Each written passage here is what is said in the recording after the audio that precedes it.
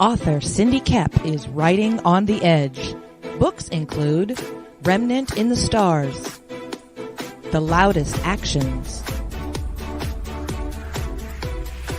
Lines of Succession, Mindstorm,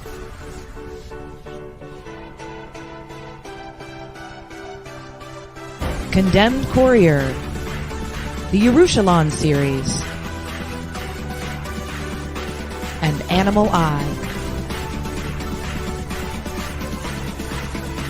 Find author Cindy Kep at CKOEPP.com today.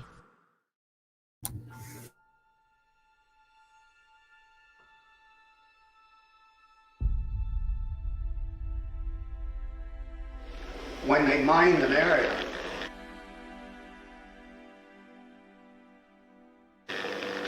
they put down yellow tape right across that line.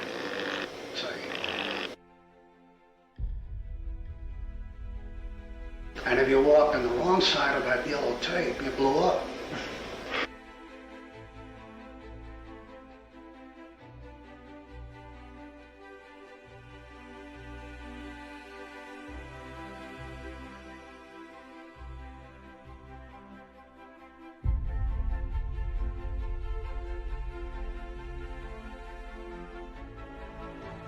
Strange Tales 136. I remember it very clearly, and that was my first exposure to Kirby.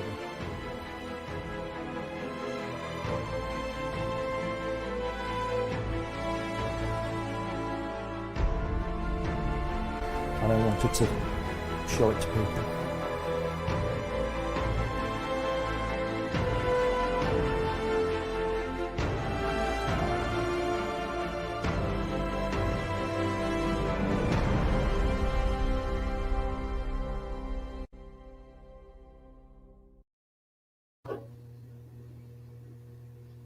I love that screenshot. That's one of my favorite screenshots ever since my show started. Right there.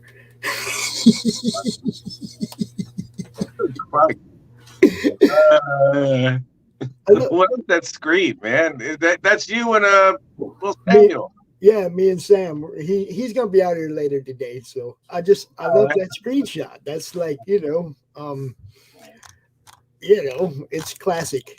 It's classic indie comics right there. 47 Furious Tales has outsold Superman in our store. You can't beat that. It is Superman. I'm Pops. He's the Richness. And this is our guest, Arman Nasim. What's happening? Well, what's up?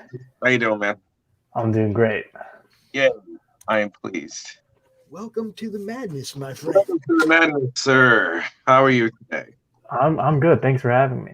All right, cool. We have Mr. Let me get my glasses the right way. Okay, Nasim. We have Mr. Arman Nasim, and he has a Kickstarter that has 6 days to go, and we're doing pretty good on it so far.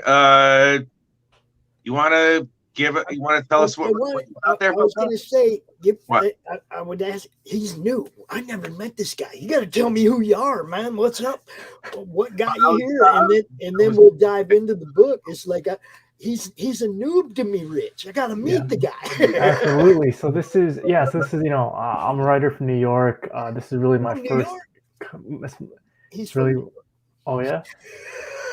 This is my first comic book, ever. So that's probably why, nobody's ever heard of me yet. But I'm hoping that this year will kind of change everything. I have, I'm trying to launch, 3 to 4 titles this year of the series Lost Magic. So I'm hopeful to kind of get there. But yeah, kind of just new to the game, and I'm trying. I kind of just jumped into comics very recently, just a year ago. I started creating the story. Cool. And so you're from New York. Rich, he might live over in England now, but he's also from New York. So you probably got homie credit. Wow, we're practically brothers. You're my long lost soul. Malaysian. I like it. God. Yeah. What part of New York? Long Island, but then Wow, I was in Staten Island. Holy shit. They're both from islands too. We're both from islands, man. We could practically be twins. That's right. It's a small world. Arman, you don't want to look like that when you're his age. It's a pleasure to have you here, man. And you said this is your first campaign. You've backed close to 120. Yes. Wow. I've been studying. I'm trying to learn as much as possible before I launched one. And then, I still didn't think I was ready. And then I just launched one anyway in the new year because. Well, so far so good. You have a week left, and you have if I go back to your campaign, real close. We can put this one over. Well, we're gonna do what we can. We're gonna definitely help out as much as we could. You're short $328 American dollars. Yes. You betrayers of the Queen, you fucking slags. That's like 856 pounds.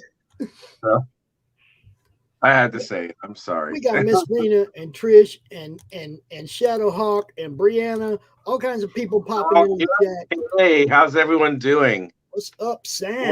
What's up, William Samuel Quinton? So yeah, Quint, the Quint the Magnificent. Yes, that guy. Quinton the Magnificent, lover of women, plunderer of women. I don't care about him right now. I care about Lost Magic. Can you please give us an idea of what Lost Magic is, my friend? Absolutely. It's an all ages, fantasy horror comic, and 36 pages, full color, and it's really unlike anything that I've seen done in comics. It's more of it's told through point of views, kind of like Game of Thrones. And we're jumping around, we're placed on this lost world that is bursting with magic. But the moment we kind of enter it, mysteriously magic starts dying. And now all these characters have to kind of determine how to move forward. How are they going to survive? And what path they want to go forward. If they're going to try to figure out what's wrong with the magic and revive it, or they're going to move forward, without it. And then, we have different sides and different people who have different ideas of how to, kind of go forward. And that's kind of the moment we jump in. And there's a fun cast here of characters. There's like 20 different characters in this first issue and season. And I'm very excited for you all to see it. You got 20 characters in a 36-page book. Yes. Yeah, that's a lot, my friend. That's a bold undertaking. It's definitely that you're an award-winning businessman, comedian, and writer striving for excellence. Yes, that's as a writer, as a comedian, how has that helped your writing, and how much humor did you put into your story, your comic here as you were writing it? There's I like to think there's humor in the way people kind of talk to each other. I think some people are quicker and wittier in the responses, and then some characters are they play it more straight. But I think there's a good dynamic in duos in the story for sure. Definitely, especially with what you just said. It's the best when you have characters who are diametrically opposed. Yes, but they still have a similar goal at the same time. So that kudos for you for doing that. What inspired you to do this? What made you want to just jump into this hellish world of comic book publishing? I first kind of so I used to grow up, reading the big two, DC and Marvel, not really paying attention. But then recently, like maybe 2 years ago or 3 years ago or something, I started to get into indie comics in a way that I'd never really thought of before. And I think I read Monstrous and a few other titles that really opened the world to me of what can be done in a comic book medium. I really felt, got super into the artwork and style. And then I thought that this is like a way that I want to tell stories, and really paint a picture in people's heads. So from there, I kind of really went back to my roots of what kind of story I want to tell. And, I've always liked these fantasy worlds and worlds with lots of magic. The Golden Compass comes to mind as like one of my all-time favorite stories. And then what I kind of wanted to do from there, Harry Potter and all these other great magic stories. And then I wanted to use a take of like kind of how George R. R. Martin did on Game of Thrones, telling this fantasy tale that was also mixed in with a mystery. And I kind of smashed all these genres together and created a wild sandbox because I really wanted something that was, that could really use the comic book medium to its fullest power, and couldn't be done in any other setting. Like in a movie, it probably couldn't be adapted well, and so on. And even in a book, I think you're going to lose some of the art and the really the cool character designs that we have for you. So yeah. There's a way of bringing exposition in without having it be exposition, right? And as long as you give insight to the characters through suggestion, as in like oh, how's the hand today? And it's like, oh, it sucked with that accident that happened a little while ago. It's like, oh yeah, I remember that shit. How's your friend? It just just let it build. It's just like, oh, well, let's make the story interesting. Yeah, absolutely. Yeah, it has to be not. It can't be like, oh, what happened to your friend with the accident when you went to the hospital and had that drink the night before at the party? It's like barf, and it's like who the hell wrote, like a sixth grader wrote that? But I'm glad you're taking an approach like that. That's very good. Are you the artist here? I am not. I found Martin Munoz, and he does all the line art, and Michael Woods is all the colors. And then I have a portrait artist, Elizabetta, and she does each episode cover. There's like mini covers inside this one season or book. Did she do the cover for the first one, Lost Magic, the guy standing with the sword and the yellow cape? No. So that was a Xenoscope cover artist. Those are actually the variant covers. The main cover, if you scroll down, is this one right here, and that's Martin's. That's a series. Okay. Martin Munoz and Michael Woods. Martin Munoz and Michael Woods, series artists. Yes. And episode 2 is there. That's Riley and Changes. Okay. Episode 2, page 1. These are nice previews. Yep. First 4 pages. I like this rough style. It doesn't look like this guy uses rulers, but it doesn't need to. Yeah, definitely. It fits right in the narrative and how the story is supposed to look. This looks action-packed. I love the flow here. I like that. That looks good. Thank you, guys. And look at it. This is all cuckoo for Cocoa Puffs. This is really effing good, man. Oh man, it means so much. Thanks, I appreciate that. I'm going down to the creative team here, and look how nice and clean and anime you look there, Arman. Oh, look at that. Sexy bastard. That was always a plan, yep. Johnny Cage, you got competition. Here's Martin Munoz, typical, because he draws like that, and he looks like that probably. Yes. Michael Woods, and then there's Elizaveta Vikotrova. Yes. Soviet Russia dick suck you. I'll tell you what, I really like the look of this. You guys want to see the video real quick? Yes, I want to see Absolutely. the video. You'll see Martin in the first 2 seconds. Good. Let's play it because I want to see Martin. Hi everyone, I'm Arman Nasim, the writer of Lost Magic. My name is Martin Munoz, and I'm the artist of Lost Magic. What if I told you that all the stories of monsters that you've ever heard of are true? You'd be scared, wouldn't you?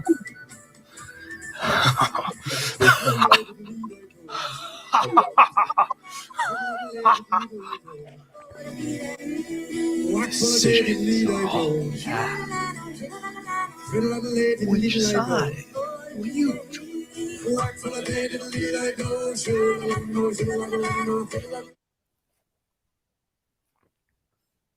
Nicely done. Look at that. Man. Then we got some stretch goals there. Yep. Yeah, I said, well, get the stretch goals when you get the actual goal. Right. That's what. You got a little bit more than 300 down. 300 down to go. Have you gone on any other podcasts and have you shown this elsewhere or anything like that? Yeah, I tried. I went on a few podcasts last week, and I have a few more this week. I went on the biggest ones. I think were Aaron Neff of Right. uh, Global frequency. Global Yep. Frequencies, and I went on Graphic Vandalism. That was a fun one.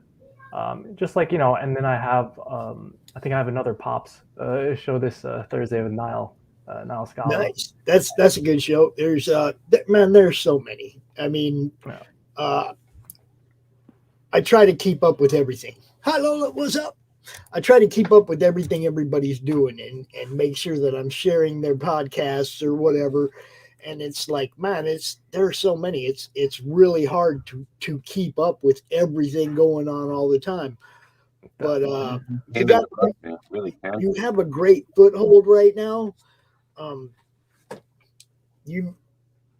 If you check out In the Madness every night, there's 5, 6, 7 different live streams going on, and all them people are looking for content all the time.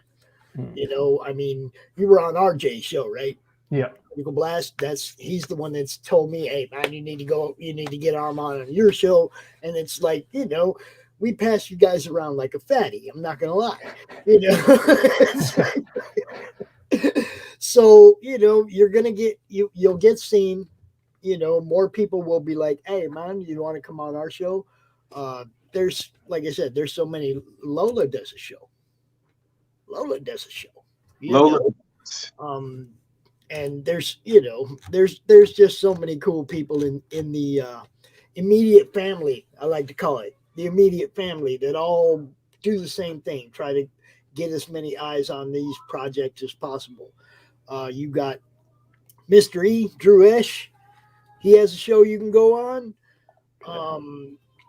There's so many. Creators Outlet, Will Pace. You Catch the Craze with Sam Vera. Yeah. I'm going on his show myself on Wednesdays.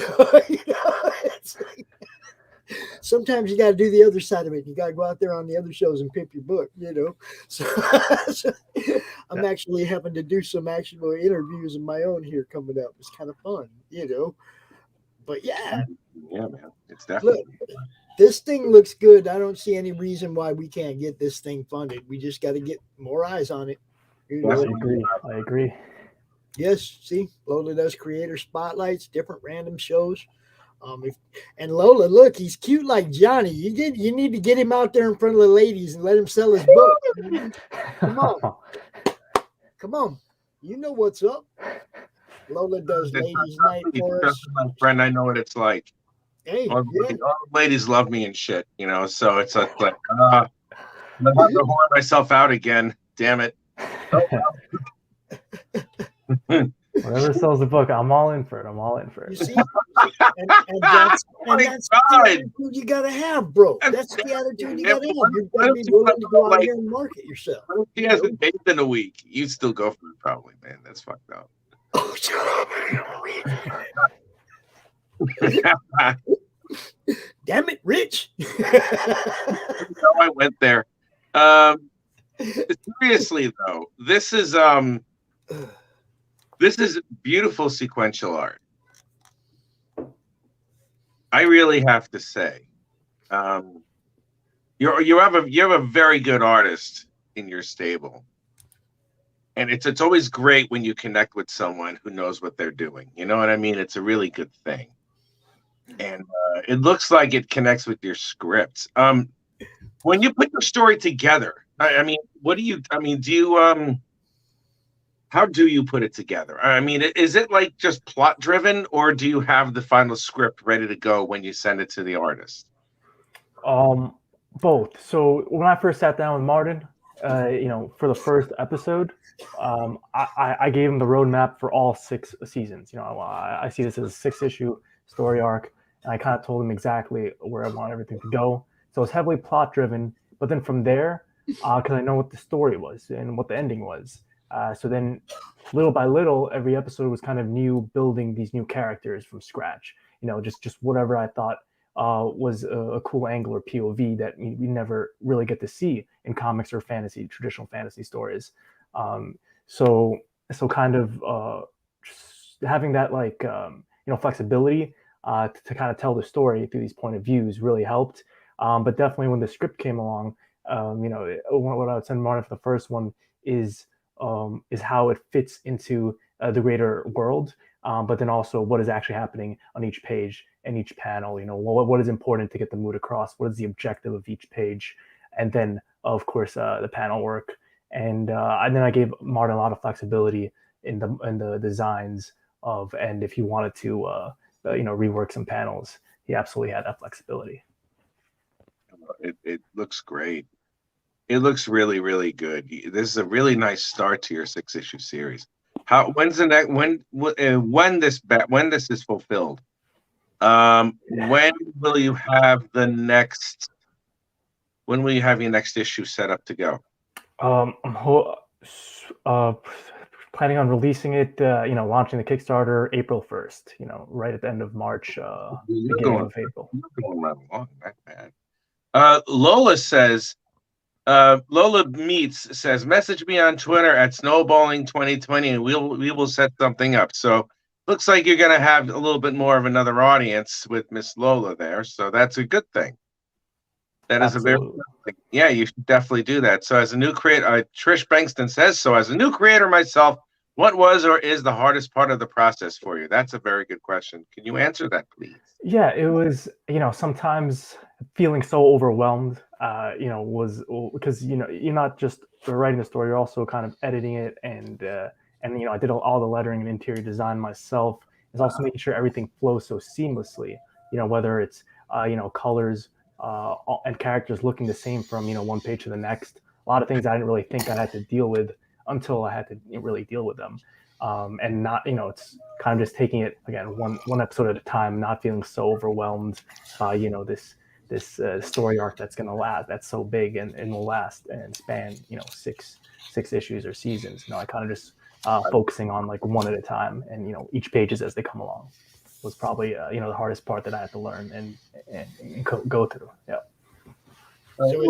Trish is asking another question. She wants to know if the book is complete. Yeah, this first season here, this first book is all ready to go. The digital version will be released next month in February, and it'll be sent to the printers at the beginning of February, and it'll be delivered by March. Nicely done. Did you hire an editor, or are you kind of winging it? I winged it, but I kind of had practice. I was editor-in-chief of my school newspaper, so I kind of understood a lot of the design aspects, and even editing. So I definitely edited it all myself. I even made that video, the trailer, because I kind of just wanted to jump in and kind of learn a lot of these things myself, and then before I go forward and kind of at least have an understanding of how these things all work. All right. If you do get people who want to help you, there's some people out here that are really solid editors, and then there's but there's some people that are some really solid editors, and it never hurts to have that extra set of eyes, ever. No, so I did have at the very end. You wanted to learn it though. I totally respect that, because you got to know the industry the sandbox you're playing in. You got to know it. So I respect that you wanted to do that. Try to do it for somebody else's book and have somebody do it for you. Very cool. Yeah, I'm down. People have told me this, and it was because going into it, I didn't really know anybody. Now I'm learning, and I made a lot of new friends just hitting that launch button. She's all. She's wangling her finger at you. I don't know what wangling is, but it sounds painful. Something that I do on a Sunday night with a couple of cheerleaders from the How you doing, Arman? I'm doing good. What's up, Doc? What's up, Doc? Yeah. You just got to get him some rabbit ears for that one. Huh? Never heard that one before.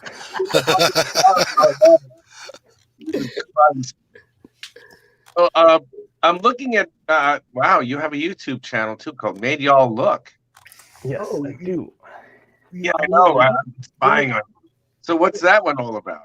I just do pranks on people in New York City.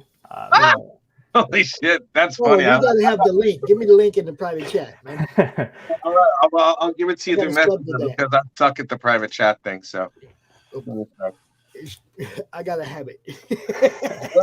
What's up, Shadowhawk? It is indeed me. Hey, Greg. Well, just to be a sport, I just subscribed to your channel and I pressed the all ringy bell button thingy. Yeah, so now now send me the videos link. every month on that channel for sure. Nicely done. That means I'm gonna watch it. You're gonna make me laugh, Arman, if I go over there. Absolutely, I sure hope so. All right, cool. Because I like funny things. I like funny things too. Yes, sirree. I'm here to tell you. I like funny things too, especially when they make you laugh and stuff like that. Yeah.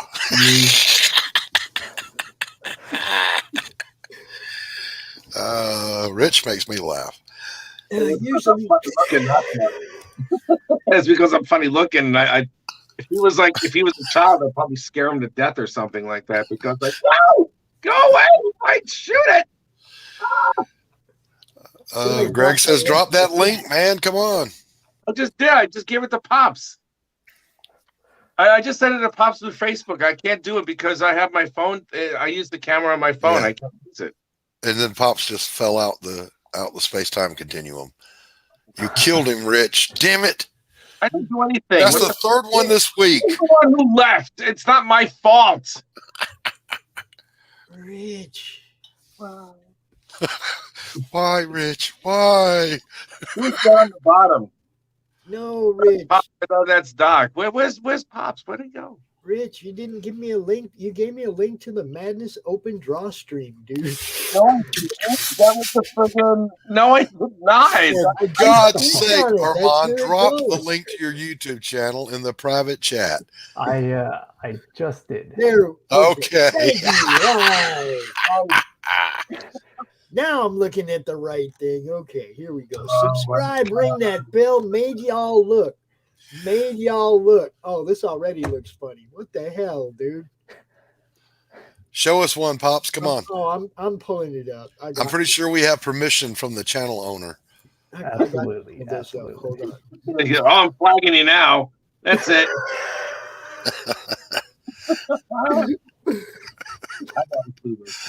Oh, man. What the? This is my tribe, I'm telling you right now. Here we go, y'all. Made y'all look. All right. Let's see if we can embiggen this here. I'll be like, not even a minute. It'll be super quick. Yeah, sure. Thank you.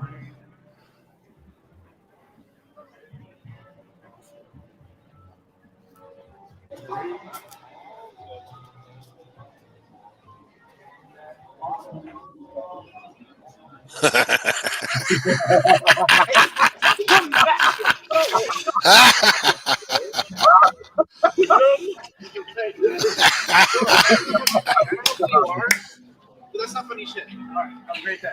That's not funny. Yes, it is funny. Don't be so soy infested. Woo! My phone died. Is it okay if I borrow your phone real quick to make a phone call? Yeah. Yeah, but you're gonna like stay here. Yeah, I'm a student. Okay. Yeah, sure. Who are you calling? My dad. Okay. Just like stay right here, okay? Okay, you're kind of walking away. I feel like you should stay.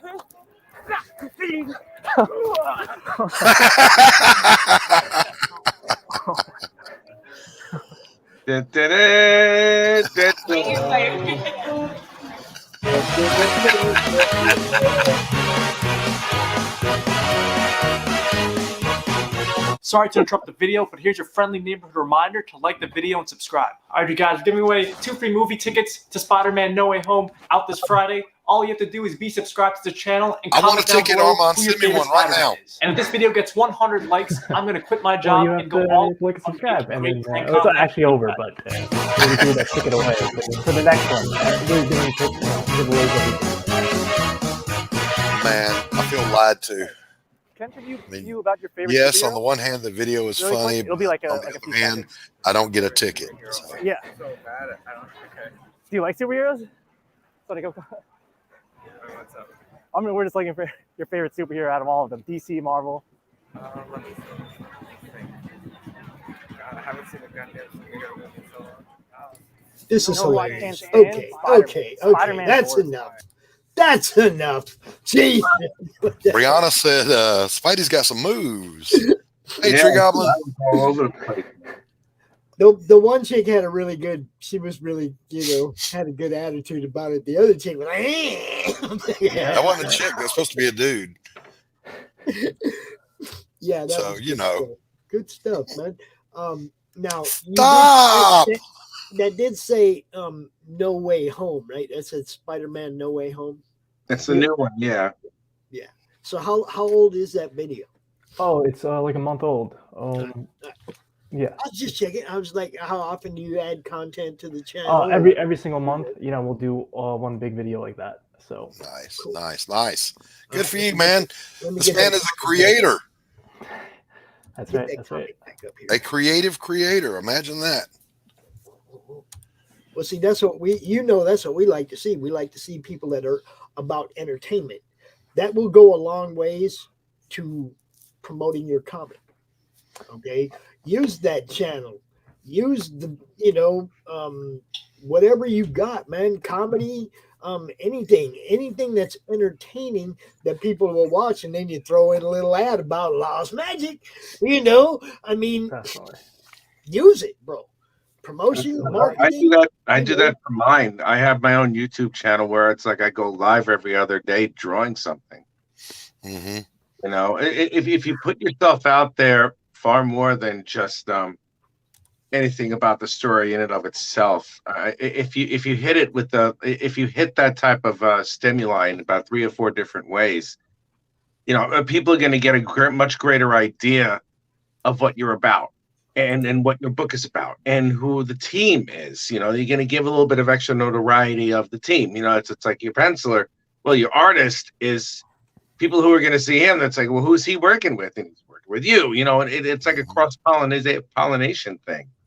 The more forms of creativity within your actual creation that you decide to put out there, the greater stimuli it's going to be for everything you're doing. And it's the reason why I draw pages on mine, because I'm going to show you guys what I can do.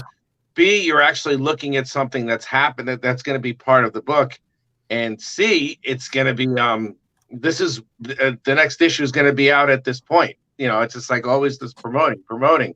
But you don't do it in such a ham-handed way. You're just introducing yourself over and over again. So that's something that I would consider if you haven't done it already. And having a custom intro when you appear on a show is another way. Okay. A custom intro, you say? I did say. You don't think I went through every studio and loaded that into every show's bank, did you? I loaded it into CRoM, bro. I loaded it into CRoM. I'm gonna have to show you sometime, Doc. I got like 10 different StreamYard. Oh, I'm sure. My different shows, and they all have different, content overlays, backgrounds on it. It's like trying to keep all this crap organized when you're me. Yeah, right. Pops, you're a very organized human being. I'm lucky I can find anything half the time. It's if it's written on the back of a paper plate, Pops can find it. Gentlemen, let's get to this inspiring creators rewards that he's offering. Let's do that very thing, Rich. Let's do that. Do you want to walk us through it there, sir? Yeah, absolutely. So on the the very first tier, I don't want anybody to not jump in. So I just put the first digital full copy PDF for $1, and then the very next one after that, it's the same, basically same digital thing, except you get like a character handbook detailing the 20 characters that you're going to meet. Just a little bit more detailed, so you can kind of stay longer and really understand the world. And then you kind of have your the first main standard copy, cover A, the main cover for $10. And you have your digital Dreamer pack, which includes all the content in digital form, all the covers. There's actually bonus pages and bonus episode covers. So just all that artwork. Also the Ashcan edition, which just features Martin's line art, which is just gorgeous, in black and white, unfiltered. I like that. Yeah, so then we have the now we started the Kingdom pack, so it's the variant cover, but it also has a bonus page that that revolves around this kingdom that's being built. So an extra page there, and then you have the Rebellion pack, which is the same thing except it's the variant cover C, and it has like a monster page, bonus page attached to that. And then you get for $45, you get all 3 print books, you get the 2 variants and the special Ashcan edition printed. You get 2 5x7 prints with the bonus episode covers, and then you also get the digital, all the digital stuff. Nice. Lastly, you get for $150, you can come work with me in the art team to kind of create your own monster that'll be featured in the story, and also you get to, or if you want a character and you want you as a character, we can make that happen as well. You use your likeness. Gotta love the drawn in tears, yo. Gotta love it. Absolutely. And then the last one is the cover C original inked artwork, and that's a 6x9 original piece by Quincy Washington. And again, it's the cover C, and it's just like a black and white. It's just gorgeous. The amount of line art and that he did, it was all made traditionally. I actually have it right here. Hold up. Let me get that. Oh yeah, look at that. Oh my God, look at that. Yeah. Wow. You have the original art for that one. Man, that's awesome. Nice. Nice. So if anybody buys that, they would basically we get funded right away, So that's the missing piece there. Or if 2 people want to join me and create a monster or use their likeness, that would also get us funded. So. Oh yeah, and that's the other thing too. Like there are a ton of Facebook comic groups, a ton of them. Drop that link in 20 or 30 groups, man. Some of them are going to go, hey, you can't do that here. And then you'll know to filter yourself out of that group. And the ones that are cool are the ones that you promoting. Don't be shy about letting people know what you're doing, especially with 6 days left. Okay. Definitely. Self-promotion is king. It's the best possible thing you can do for yourself is to talk about this book everywhere, on every medium, drop Instagram, everything, a picture of the cover on Instagram. Hey, yo, we got 6 days left on Kickstarter. Boom, people go look for it. You gotta billboard this, man. You gotta act like you're the one painting the billboards in town, and you want everybody on every major road to see this book. You see what I'm saying? It's the same thing on the internet. You got to put your billboards where people are going to see them. And it is a good looking book. It is really Again, I appreciate all this. I appreciate the advice and the kind words for this book. Nobody's really seen it, so the few people who have said really good things, and that just gets me excited and fires me up to keep going. Honestly, so. Nice. Look, this community will put you up on top of a wave and roll you out, up onto the beach. You just got to let them know you're there. And that's really kind of what it is. Just imagine all the fans are up on the beach and you're out here in the ocean with all the sharks and all the fishies. But these guys all, Shadowhawk, Trish, everybody that you're seeing in the chat and everything, they all share, promote, talk about what everybody's doing, and it's like a big wave that gets thrown at the beach.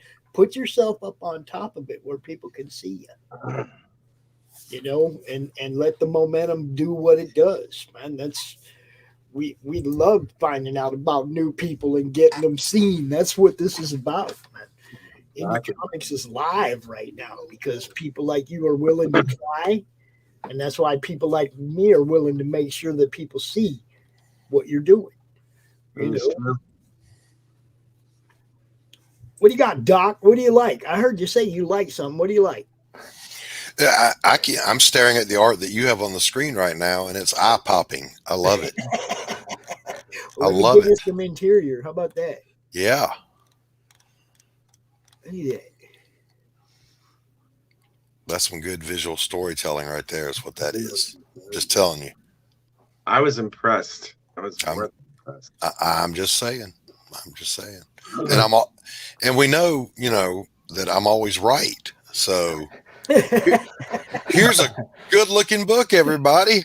There you go. There you go. It has Doc's people, yo. Doc approves. That's the sexiest approval I've ever heard. I approve. So yeah, man. There it is for you guys. Go check it out, man. The book is complete. Out, man. The book's complete. When the campaign's over, you know, when they get that drawn in tier, any drawn in tiers that somebody might buy taken care of, just go on the printer. Bang, just like that. I just love this kind of stuff, man. Shadowhawk says that first image of the girl with the sword and the green cape sold me. And when Shadowhawk says sold me, his whole name is Shadowhawk Backs. Yeah. Because he just saying. We will we'll make sure people see this over the next 6 days, man. But definitely, like you said, drop that link everywhere. That one right there, that's the one you like there, Shadow. Yep.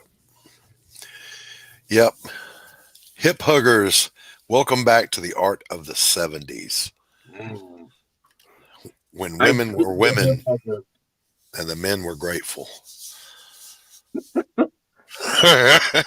lot of the women in the 70s, they had like their boobs looked like ski slopes and everything. They tapered for some reason. Man, look, I'm just saying, bring them back. Yeah, no, bring them back. Yes, you want people to fund it so they don't have to see it anymore.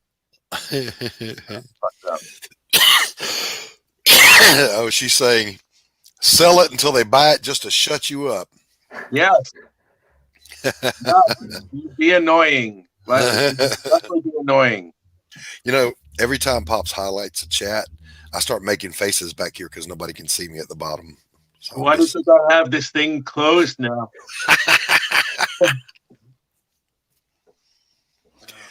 Oh, Spider-Man. See what you did to me, Arman? Now the old Spider-Man theme song is rolling around in my empty head. I want you guys to know I'm muting myself and turning off my camera when I'm sneezing. Okay.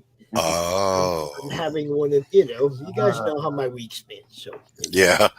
Poor Pops. He doesn't have the coof, but darn near. It's just ick. It just felt like ick all week. And that, by the way, was the Rich seal of approval. No, that was not. He doesn't like something until he burps. That's food. That's food when I do that. Ooh, what's this craptastic stuff? It's not so now I want to know, the dinosaur, is that a pet? It is. That's actually the last dinosaur in existence. Okay. Okay. See, you gotta ask the right questions. Yeah. That is high praise. Oh, holy crap! Look at that. This is the first one I'm going to back. Nice. Nice. He backs on Indiegogo a lot. Okay. He just said this is the first. Yeah, that means a lot. It does mean a lot. I kid you not. That means a lot. I mean, yeah, that's pretty big. I ain't gonna lie. I've showed off a lot of Kickstarters that he's looked at, and he ain't jumped on any of them. So that is absolutely true. That's pretty freaking big. Right on. Thanks, Shadowhawk. Appreciate you, brother. Yeah, thanks, Shadowhawk. There we go. Shadowhawk is the man. Shadowhawk is the man. Yeah, so let's get this one to funded so that Shadowhawk can get his Kickstarter backer kit. Right on, Shadowhawk. Just save a little love for my book, brother. There you go. Oh, man, this guy can't. Oh my God. Okay. Shut up, Rich. No, not you. Not you. I'm not talking about it. I'm looking at something and I'm like, wow, this really stinks. I'm like, it's so much better. What? I don't want to know. Hold on. We'll talk later. You can tell me. I can tell you now, but if you want me to, I don't know if I want to embarrass the poor guy. I don't want to know. He's bad enough already as it is. But I'm like, I don't want to humiliate him any more than I have to. Oh, be nice. Be nice. All right, I'll be nice. I promise. No, you can tell me later. We'll just. No, he won't. He won't be nice. That's a lie.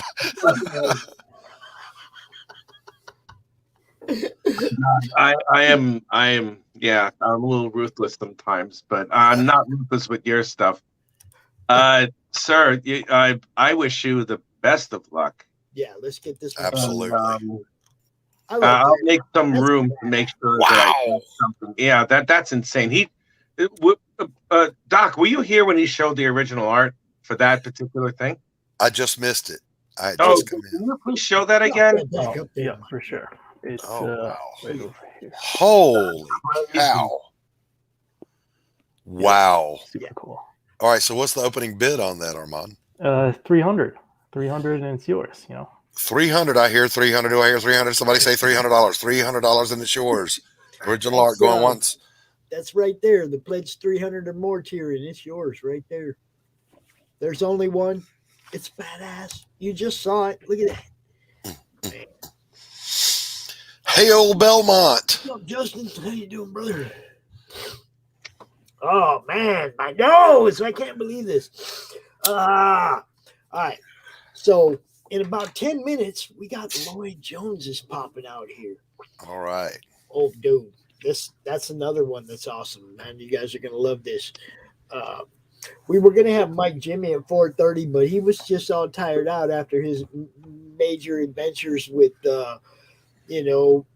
first he was on Chris's show this morning, and then he was on the Bargain Bin, and it's like he lives in the Netherlands, so it's pretty late over there. Now, Mike Jimmy is making the rounds. I give him a pass for not showing up today. He was on every stream I've seen over the last 24 hours. Yeah. What is up, Michael James? Okay, now Michael and Trish, they a team over there. All right.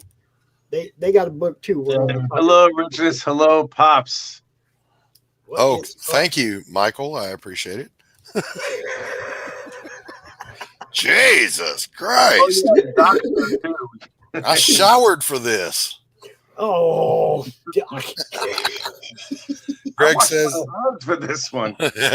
Greg said I was AFK. What is this awesome book? So Greg, this is Lost Magic.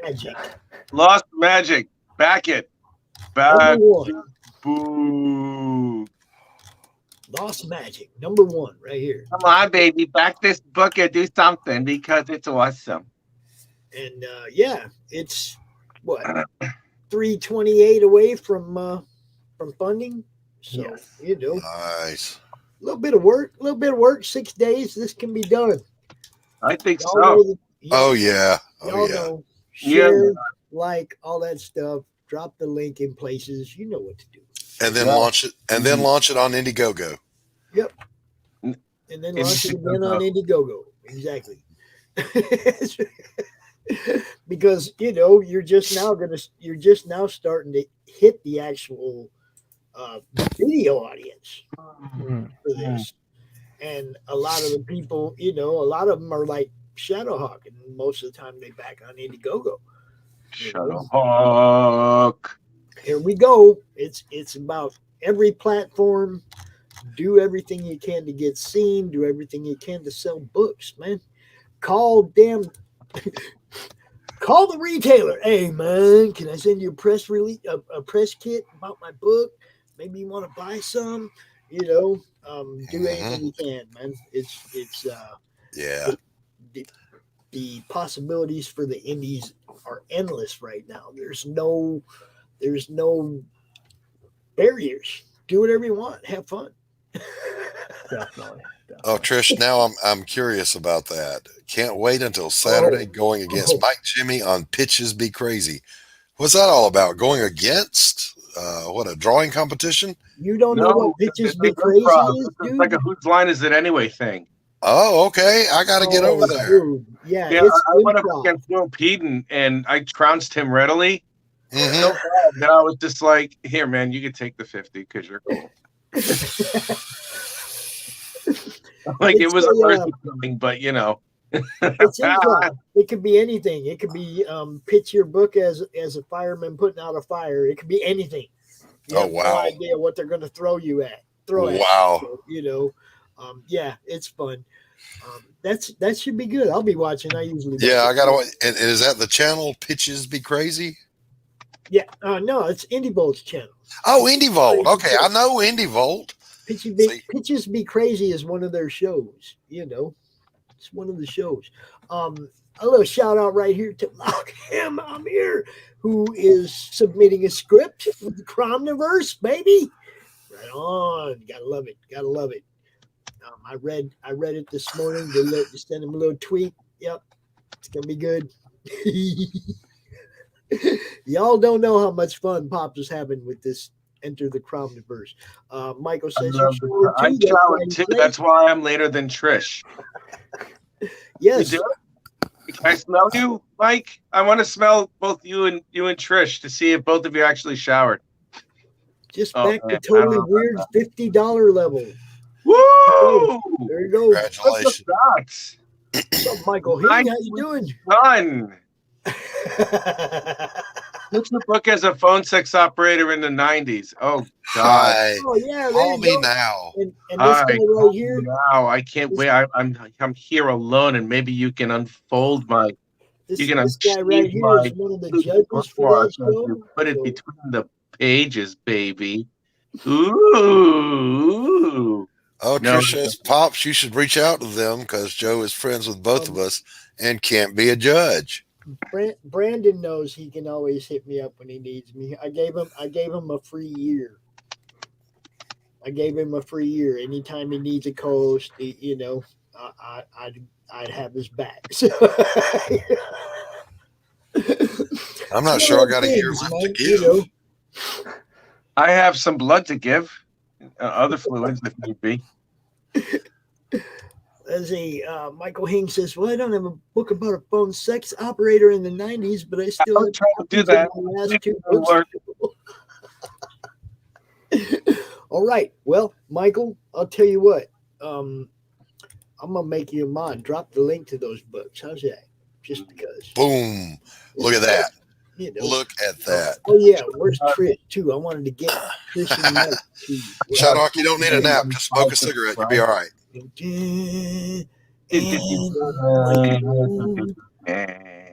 And Belmont, gotta give him one. Greg, don't abuse it now. All right, handed out some more wrenches just because you guys drop the links for your books. Right? That's Yes, drop the link to your book. Also, Arman, say something in the YouTube chat so I can give you a wrench and you can drop the link to your book in the YouTube chat on any of my shows. Mm-hmm. Yeah, absolutely. I mean, look at all them wrenches. Y'all can self-promote around here. I want to see the new pro. I want to see how much you got so far, man. You got one person backing you. Oh, you're closer. You're closer. Yeah. Dude, that's awesome. You are now at 278 away. 78, bro. 278 away. That's a really nice number to have. Once you get past the 300, you're like, cruising. Yeah, you'll be cruising soon, man. That's some good. That monster's freaking me out, man. A monster, a mouth on the back of your wrist. I just can't. I can't. All right. You sold. It's raining wrenches. Brianna, I didn't see you come in. Hi. I just backed your book. Oh, there you go. There you go. Awesome. See? Thank you. Thank you. You are very welcome. You are very welcome. It's the least I can do for being an obnoxious prick that I am. He means the warm and loving mentor-like figure that he is. No, I'm the obnoxious prick. Don't try and sugarcoat it there, my friend. You get a wrench, and you get a wrench, and you get a wrench. I've pretty much been doing that for about 2 months now, though, right, Doc? Just Yeah. if you got a project, my chat, give me a wrench. Listen, you can promote it. after he gave me a wrench, he was like, well, hell, if I gave Doc one, anybody can have it. You got 269 to go. Oh, Michael Heem says, congrats on getting over 1,200 on your campaign. That's good. Rocking on. 50. Does that say 59 backers? Yes, 59 backers. Fantastic. That print's really small and I'm old, so, you know. Smokes the Fox and Weaponized Werewolf. Sign up and trailer. See that? They're dropping your link. They're dropping your link in the chat, bro. That's how that works. See that? COVID Kev, what's up, man? I didn't see you in the chat. Dropping that Smoke the Fox link. This is how we do it. Oh, now you guys just don't know. Michael James says, Rich, you are amazing. And the first time I seen you do the Kirby Crackle, I was hooked. Woo! Yes. If you do the Kirby Crackle old school energy. Ooh. On all three at the same time. Yeah. Okay. Yep. You are amazing. And the first time I've seen you do it, everyone is in the chat now. You bet. It's picking up. Yeah, let's fund this puppy. Everybody chat now. Yeah, let's fund this puppy. Let's beat this guy on and make sure that he does his stuff, man. Yeah. Yeah. Kick the tires and light the fires, Big Daddy. Light the fires. Oh, well, dude, that was Independence Day and everybody died. No, that was Top Gun. No, it wasn't. It was. No, you're right. Donald Jr. when he was like flying right. with, the Fresh Prince of Bel-Air in those CGI planes because you know the government didn't want to acknowledge Area 51 as an actual existence. So it's like everything had to be like CGI planes, and you know Harry Connick Jr. he gets killed. Poor Harry Connick Jr. I don't care about Harry Connick. Lloyd, I don't know if you're ready for this, man. Lloyd, are you ready for this? Ready for what? Yo. What just happened? Lloyd. What just happened? Man. You got thrown to the bottom.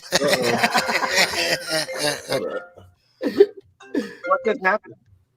Yeah, now check it out. Shadowhawk says, it's my first Kickstarter now. Don't disappoint me. No pressure there. Dude, I will do everything I can, Shadowhawk, that you won't be disappointed. I promise you. I have the feeling he's going to pull it off. Yeah. Like you said, the book's done. He's just waiting to run through here and get the drawn in tiers done, and then they're going to be putting this on the print. So, you know. What did you call me, Rich? You know. Well, I didn't call you anything. What did you call me? Really I disgusting? didn't call you nothing. What's up with you? I didn't call you nothing. If I was going to call you something, I'd say it. He's all like, I'm on with this really disgusting. No, I was going to say something really crass and disgusting, but I thought against it. I was like, say it, please. Right. So, Arman, you can hang out. You don't have to leave. We're gonna shift gears a little bit, and we're gonna talk about this this sign up page for Lloyd's book over there on the other side of you, The Unbeloved. Yes. Ashes of Homo Subi. Pops, can you send me the link through Facebook? I can't access it on my phone. I surely can do that. Why, thank you, sir, because now I want to see it, Lloyd's sexy stuff, man. Let's go. Well, I've got to go, Pop, but I'll shoot back around. Wait, I saw this before. This is awesome. Cool. All right, Arman, you guys go check out Arman's book, Lost Magic. Arman, good luck, brother. You've got this. Good luck. We can see you at that finish line there, sir. Good luck, buddy. There you go. Go get him, Tiger. Have a good night, you guys. Have a good night, my friend. Don't care. Lloyd Jones with Midnight Comics. Now, When's we it know coming out? What's up, Lloyd? Indievolt. The Kickstarter starts on the 20th, so 3 days Oh, away. The 20th. We don't have much. We don't have to wait too long. No, not at all. Wait, what's today? Today's the 17th. Yeah, So it's on Thursday. Yeah. Thursday. Yep. All right. What time Thursday? Where are you? Are you in the Eastern? Are you in the East Coast? Yeah, East Coast. All right, 5 hours behind me. What time is it going to launch? During Indievolt's morning show. We're doing a launch party over there. Okay, so it's 2 p.m. on my time. Yeah, that sounds like it's doable. Yeah, I can easily go there. The Breakfast Buzz. I think it starts at like 9 a.m. Yeah. Cool. I love that show too. Yes. I like those guys. You guys know what's up, man. It's all about having fun. Trish says, by the way, Pops, what's it? The bottom is her favorite position, especially when a lady is above me. Love reaching up my hands like I'm playing with boobs. Yeah, I know. Wow, on that's the so show, I'll exotic. try to get somebody to be above me. I'll try. Oh man, yeah, mine's a two-hander, so yeah, just make sure you reach. I got nothing. I'm just a tiny bit inebriated again. So Lloyd, how are you, sir? Yes, how are you, How sir? you doing this evening? Oh man, it was a lark. I thought I was jumping in late. I was like, oh my gosh, oh no, because y'all was going at it already.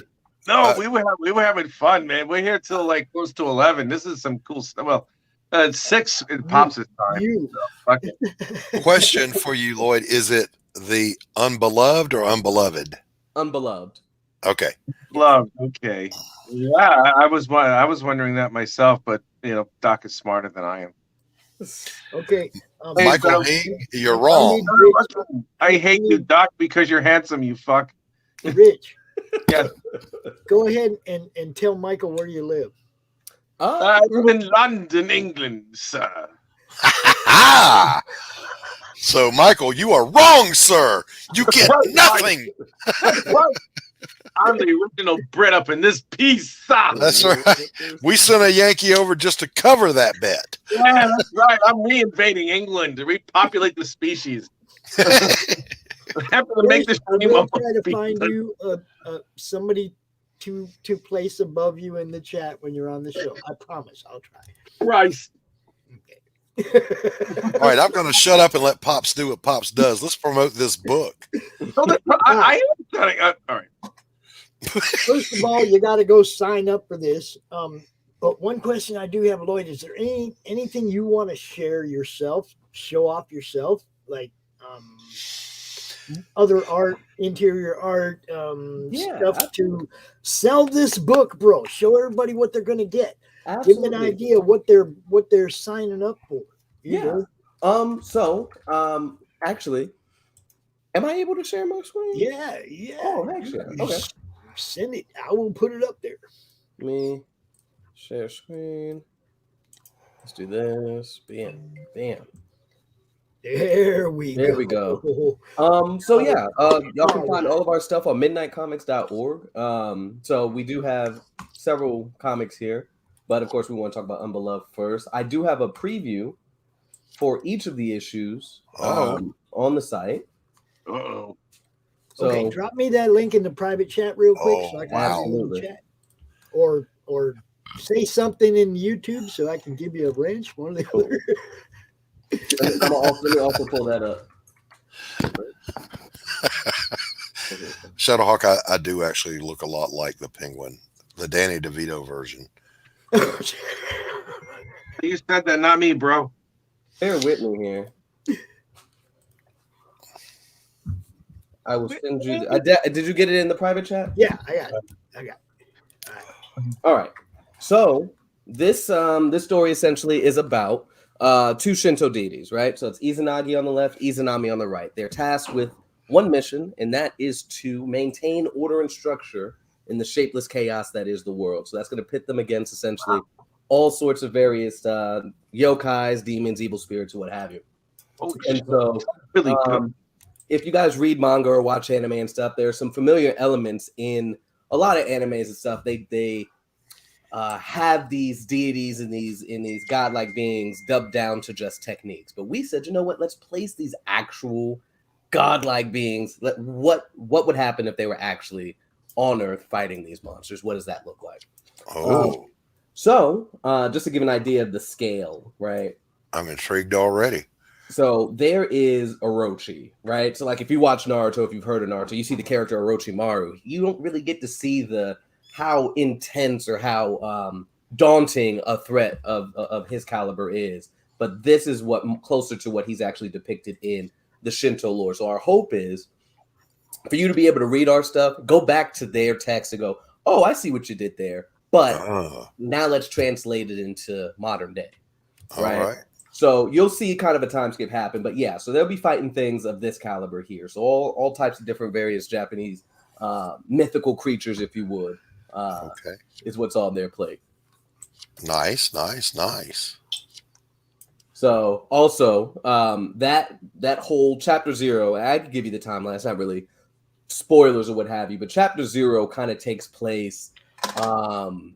It's in between the period of, if we were to, put it on the calendar, if you would, in between the Tower of Babel and Old Testament, right? Like it's all like Old Testament time period in regards to what the world looks like as a whole. But then by the time we get to chapter 1, we're in the 2000s now. We're in 2000 and something or another. And here is, hold on. I will pull this up. Hold on. Wait, you said by the time you get to chapter 1, we're in the 21st century? Yes, sir. All right. I'm trying to hang in there. You're hurting my small brain. Oh, I'll slow it down. But here is an example of the world as it stands currently. So just right. So were they successful in their mission? Yeah. So I won't give too many spoilers on that. But yeah. So what else can I say without spoiling too much for you guys? Essentially, nope, that's kind of spoilers for chapter 0. So yeah, so that's basically you'll see damn it, man. Don't tease me like that. Apologies. And then here's a preview for the one that's about to come out with this Kickstarter. As you can see, humanity attempts to kind of rebuild, but you see the fallen old world, I guess, in the background there. Yeah, so you could actually read through these previews again, midnightcomics.org, and you can see. So Lloyd, you're artist and writer, or? I am the writer. I am currently working on my art because there are some stories that we have that I will be drawing. Okay, all right. But yeah, with this one in particular, yeah, I am just the writer for it. Okay, Don't so say just a who writer. is your artist? Yeah, you're not just a writer. Don't say just a writer. Just Fair don't enough. say that. The gentleman who does our art, his name is Pan. I actually initially met him on Fiverr back in 2019, and he's been working with us on this ever since. Nice. And he grew up reading, some of these legends and stuff from Shinto lore and stuff. So he's really invested in the story. So I was like, that's the only guy to draw this story for us. No joke. So Michael wants to know what motivated you to do it in black and white. So most mangas, are in black and white. So we want to just kind of keep with that style. I am currently, because eventually I want to come out with a volume that has all of the initial issues in there. So I am currently working on my coloring, and I'll give you kind of a sneak peek at that here as well. I'm getting used to the digital stuff. I've never done that before. So here we go. I'm not sure if that is going to translate too well over here, but my attempts to kind of start coloring and stuff. Yeah. The first couple issues. So I figure I got plenty of time. I still got 2 books that I need to release before we actually put all of them together in one. Right. It gives me time to improve or really kind of go through the entirety of it. And then it'll be in color. But yeah, to answer the question, I ramble a lot, so forgive me. But to answer the question, ramble, brother, ramble. Since most manga is in black and white, we decided to kind of keep up with that The trend. best way that people are ever going to get to know you is to hear you talk, bro. Yeah, ramble. It's like, Ramble on. and anybody that starts rambling about their book is showing passion for that That's book. right. I mean, when they get on a roll and you can't slow them down, I'll let y'all go. I don't even try to check Listen, that. It's like, that's what I'm go saying. ahead, This you is know? comic books. This is manga. This is pop culture. We're nerds. Ramble about your shit. Exactly. Okay, let's do it. So yeah, Just I saying. Listen, I'm so excited for this, man. This next issue was massive. Chapter 2, as it is. We actually had to cut it in half. So this is what's about to release is actually Chapter 2, Part 1 is what we're calling it right now. Yeah, the issue is becoming massive. So the artist is already working on the next part of it. So hopes, of course, once the Kickstarter is wildly successful, right? I can go ahead and get them the funds to just go ahead and finish the entirety of it, and we can try to go ahead and pop that next one out by the end of the year. That's the way you say it. When it's wildly successful. Exactly. So who's the big lion dude with the horns? Yes, so that is a character by the name of Kalaraja. He is an unbound genie. Unbound. I always knew Colorado was weird. So he can take on really any form. So there's another interpretation of how he looks. There's another interpretation of how Man, come on, what's with the mouths in the weird places like wrists, navels? Christ. Get in my belly, literally. Yeah, man. And then, wow. What? I got nothing. Right? How old is he? How old is he? He's ridiculously old. He was around long enough to see creation come about. Oh, right. Damn. So Yeah. that's what happens to any humanoid race. Their mouths go over their stomach. Oh no, he just whatever he could form himself into to torture. Oh, humanity. okay. But- I mean, that's cool. I mean, I like that design. It's it saves on sit-ups. That's definite. But I'm just like, Yeah. like holy God! Wow! And his pecs are his eyes. Get in my belly. Get in my belly. Oh, my belly. His hands could be like mutton chops. It could be MODOK. right. Like he can do MODOK. It's an epic MODOK, but a cooler flame on the head MODOK thing. Yeah. I love it. The nipples or the eyes. I quit. I can't do anything as awesome as this ever. Right. Since COVID Kid Kev jumped in there with this particular link, I just wanted him to show that I'm reading this particular book. Right? I'm reading it right now and I'm loving it, man. Can't wait to let the kids read this. So good stuff. You may continue.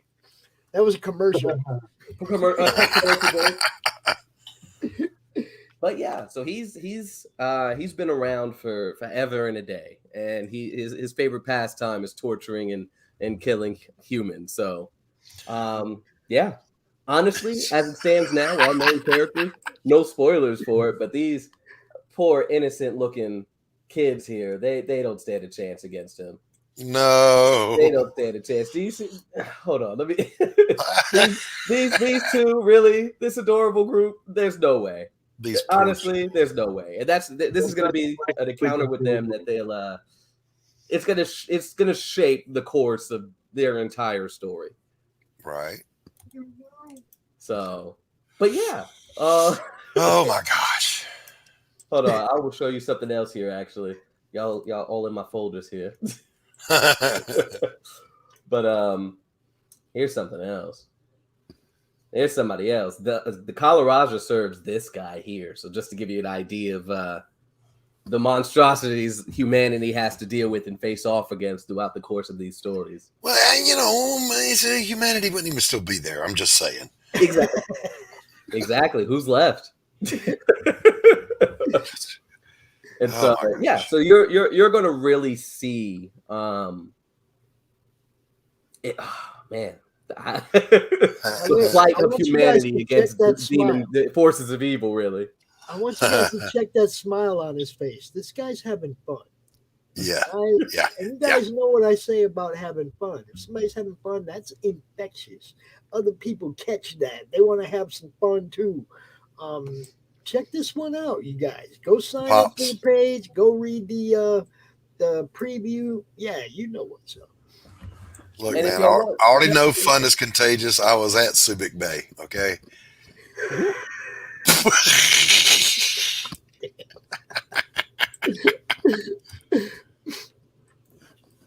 I want you won't go adult about my belly sex life.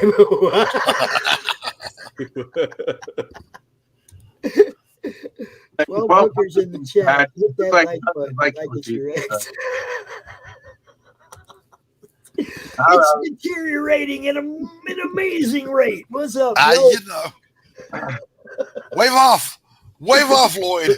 You've entered the danger zone. Run. 12 hookers in chat. Hit that like button if it's your ex. Oh, like it's your ex. I'm sorry, Pale Rider. I screwed your joke. Here I am. All right. Oh, man. Good times. All right. Yeah, let's put on some disco music while we're at it. So you're launching this in 3 days? Yes. Launching this in 3 days on IndieBolt. Now, I want you to drop this link to this sign-up page in every Facebook comic book group you can find tonight. Okay. Yeah. Every single one. I don't even care. Some people might get mad at you. I don't even care. Just you need to get as many people signed up for this before it launches as you possibly can. Yeah. Okay. Put in 3 days of hard work. Okay. Link this thing on YouTube, on Instagram, on every go when other people are out here doing their shows, show up in the chat. I'm serious, man. Michael Hing says, how about a launch party for it, Pops? He's doing it on IndieVolt, Michael. He's doing it on IndieVolt channel. And we'll definitely have him out right after that. You know that. We'll definitely have him out. Yeah, he's going to have to marathon it. Yeah, let's do it. I'm here for it. I don't know exactly what all he's got scheduled, so I'm really my way in there. You know what's up. Well, now you've got more scheduled. Let's go. I'm here for it. Thank y'all. This is all new to us. We've never done Kickstarter, and obviously we're still very, very new to this space. So this is a very good experience so far. Really? This is a good experience? Yeah, I think so. With us? We're not doing shit right, Rich. We've messed up somehow. Oh, man.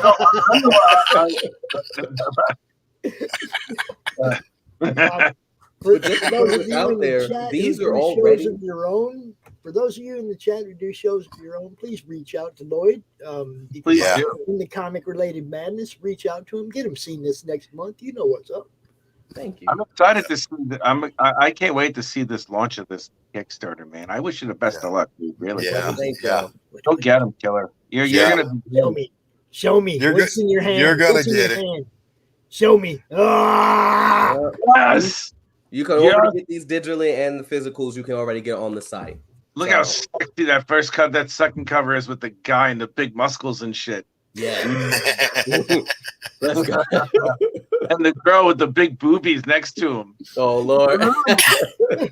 Boobs, blood, and bullets, baby. That's how we win. I was going to use another title, but I wouldn't wipe that title with my butt.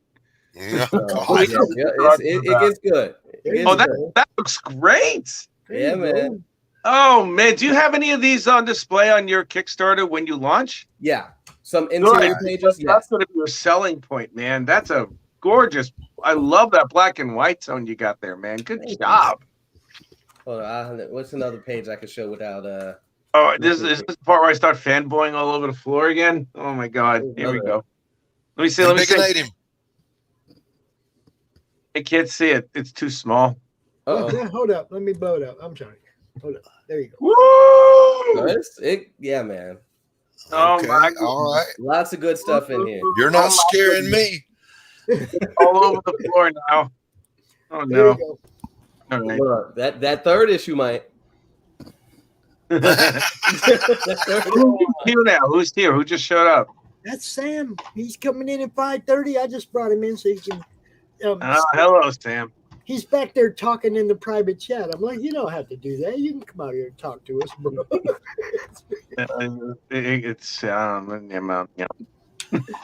What's up, Sam? Hello, Sam.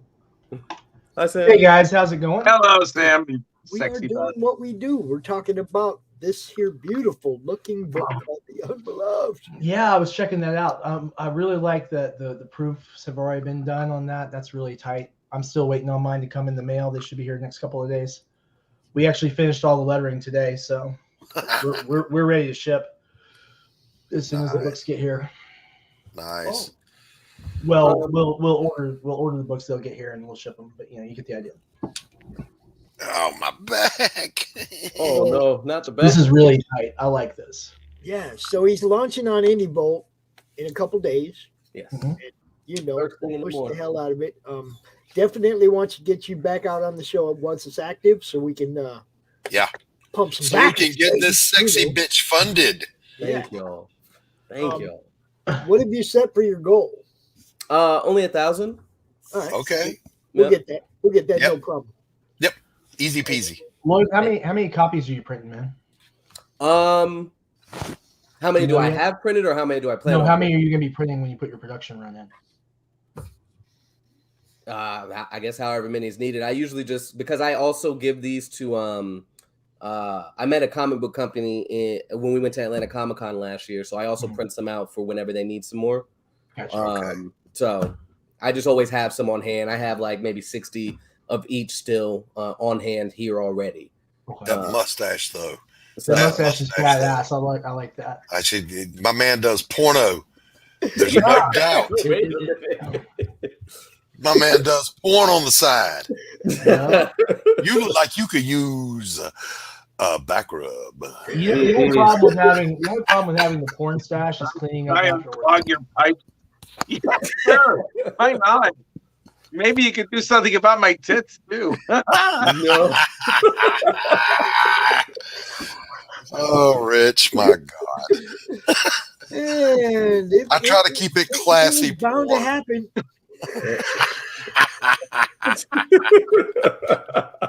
It's my turn to- okay. The opinions of the following broadcast are not necessarily the opinions of Monday Madness, Comic Sorgen Popsvens, and comic-related madness, its staff, its contributors, or sponsors.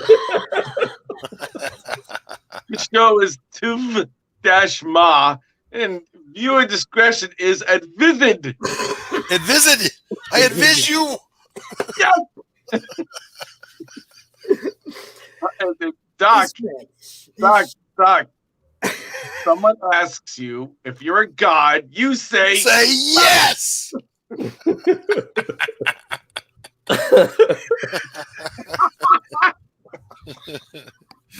I tried to imagine the most harmless thing I can imagine. That's nice thinking. Y'all are a mess. Nice thinking, right? Welcome to the madness, man. Yeah. Getting activated here. Have arrived. You have cool animation. I dig that, man. I met this guy off of Instagram. He's actually he has done work for Digimon. He's done work for One Piece. Wow, really? Yeah. So I met him. I hope in the future that I can get a little bit more done. Okay, right. Like a small, like 2-3 minute something with this guy. Damn it, Trish. Man, that'd be awesome. All right, I gotta go get some more lifer juice in my mug. I'll be right back. Lifer juice. Alexia says hi, guys. Alexia, hello. I'm. But yeah, loads of characters, loads of stuff coming out of the Midnight camp here. Of course, we'll talk about Unbeloved, but I also have Tales from Midnight. with other roster of characters. This is more of a traditional. Whoa. Yeah. Okay. This is the proof copy. Oh, look at that! Oh, I didn't know there was a double. I didn't know there was a front and back cover. That looks. Oh yeah. Yeah, I love the wraparound. Dude. So all four of these characters have their own stories on the inside. Nicely done. Nicely done.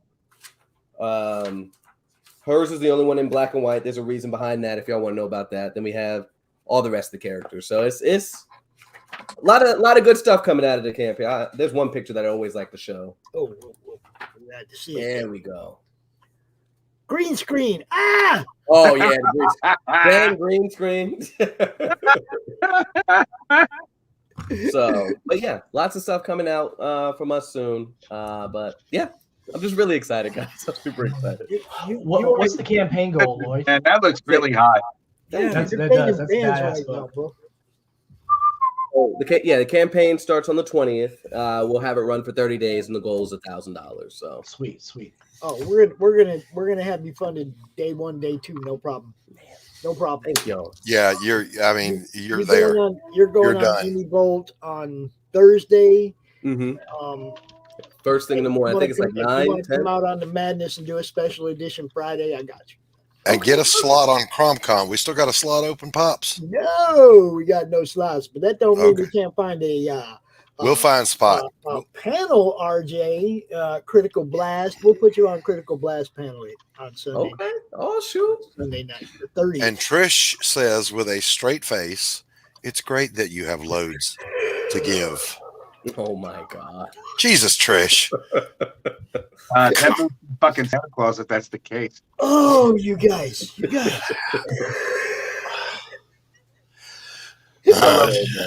There's nothing better. I'm sorry. I'm an Aren't you adult. glad I'll we're do what I talking want.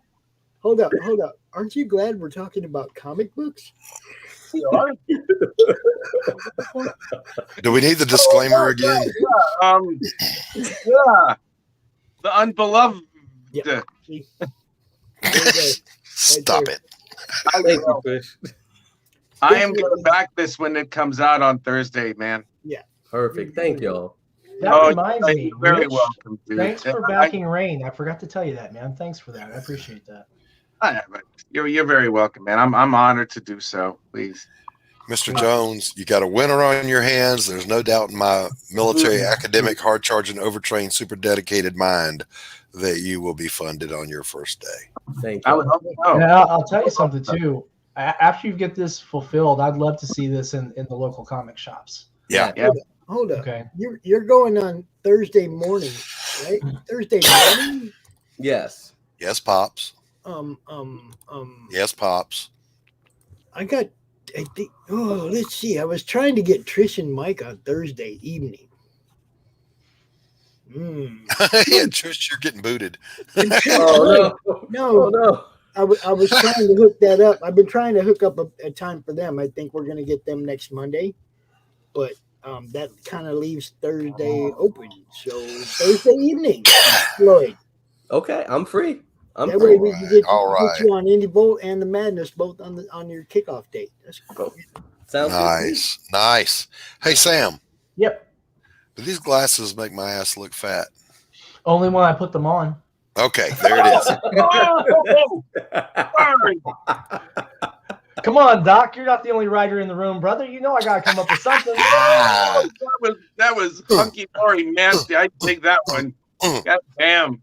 Someone drop me a beat. We'll do a rap battle real quick. I'm gonna lose to Doc on that one, but at least I got the first shot in. Oh no, you won't. I can't rap. You can barely put two letters together at this point. No. I'm gonna tell you something, and I mean this one seriously. I have a lot of respect for Doc as a writer. I've mentioned in one of his books before. I fanboyed over a little bit. I'm not gonna do that again, but I'm just gonna tell you. Give the man his props, because I mean, like he was on the show and first time, I'm like, wait, Doc from this book, Doc? Yeah, okay. I'm like, all right, cool. So I cannot brain today. I has the dumb. So. Not the dumb. I has the dumb. Hey, Pops, before we transition from Lloyd to Sam, I got to show you a couple of things. And Bigonate me. This is beautiful work, Lloyd. All right. So, first of all, there's a video out there for this, but all you guys that are doing the CRoM thing, the CRoM, I did a wrap on him so you can see his features, his three fingers on a hand, his hair in the back, how it does, his profile, longer arms, fingers, blah, blah, blah, blah. The video's on YouTube. Go see that. And Pops, here's the commission I did.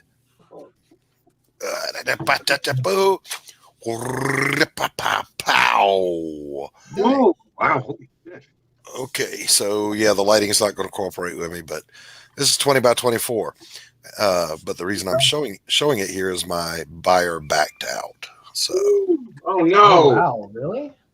Yep. So this one is available. Anyone interested, get in touch with me. It is a plein air landscape. Somebody commissioned it and then backed out? Yep. You did get a deposit, I hope. Yep. Okay. Yep. I don't pick up a brush without a little ka-ching.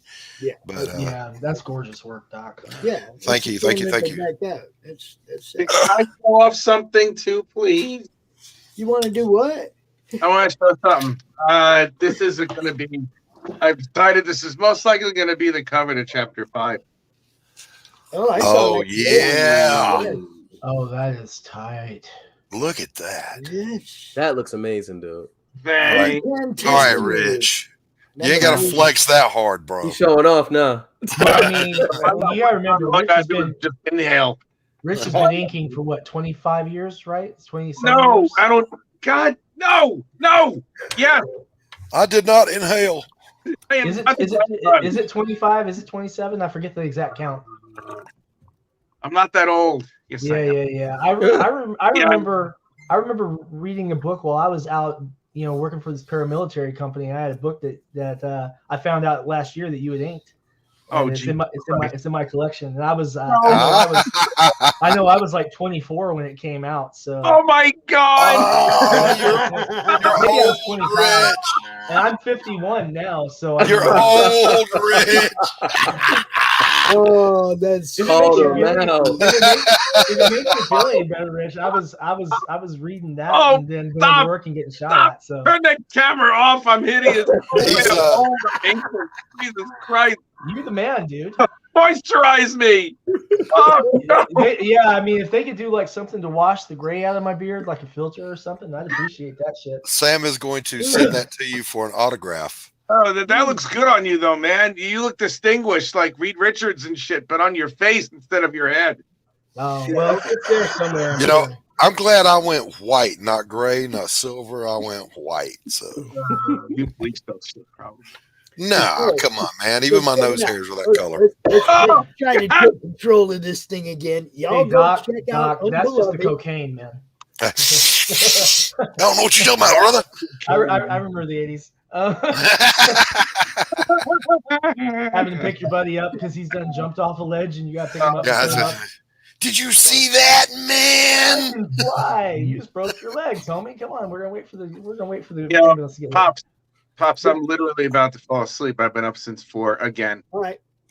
I'm going to go. Gentlemen, I am really happy that I was here with all you guys. My friend Lloyd, I wish you the best on Thursday, as I wish the previous guests the best on Thursday. Sam, Doc, I fucking love you both. And love you, brother. Same old. I will talk to you cats later. All right, buddy. Later, brother. Good night. Lloyd, you can hang out. I kind of want you to hang out because because I'm boring. We have yet another person that's hopefully going to be joining us. We're going to be talking a little bit. Did you hear back from Adam? Is Adam going to make it? That's what I'm talking about. Yeah. Okay. I just sent him the link. Which Adam? We're going to talk a little bit about other things you can do after crowdfunding, or I mean, you already have books printed. There's places you can put these books. So, can I take a step into that subject real quick? Yes, you may. Okay, so Lloyd, I've fulfilled 14 crowdfunding campaigns since 2017. Wow. Okay, so and I've had some that have failed, and then I just come back and I keep going. But here's the thing, like Adam, what's up, my brother? Hey, Sam, how's it going? Always good, man. Always better when you're here, man. What's up, Adam? One thing I want to say is that you're gonna find that when you get your stuff created and you get it out, the Kickstarter, the Indiegogo, that's fantastic. And then getting them out into the market through direct sales to stores and through distributors and such, that makes a huge freaking difference. So this man right here, Adam Watson, is a good man to get to know. Okay. I think you should spend some time talking to him. Adam, you're going to love what you see on this book. I think it's going to really catch your attention. That and Arman that I told you about earlier. But one thing I'm going to point out is that getting into retailers, if you're direct shipping to retailers, kind of depends on the ability to make sure that they're making money on it. So if you have the opportunity to print at any scale, like 750, 1,000, or something like that or more, that can make an absolutely immense difference in the margins you're able to afford to retailers. And so Adam and I have discussed this for 3 years now, Adam, something like that. 3 or 4, yeah, something like that. Yeah.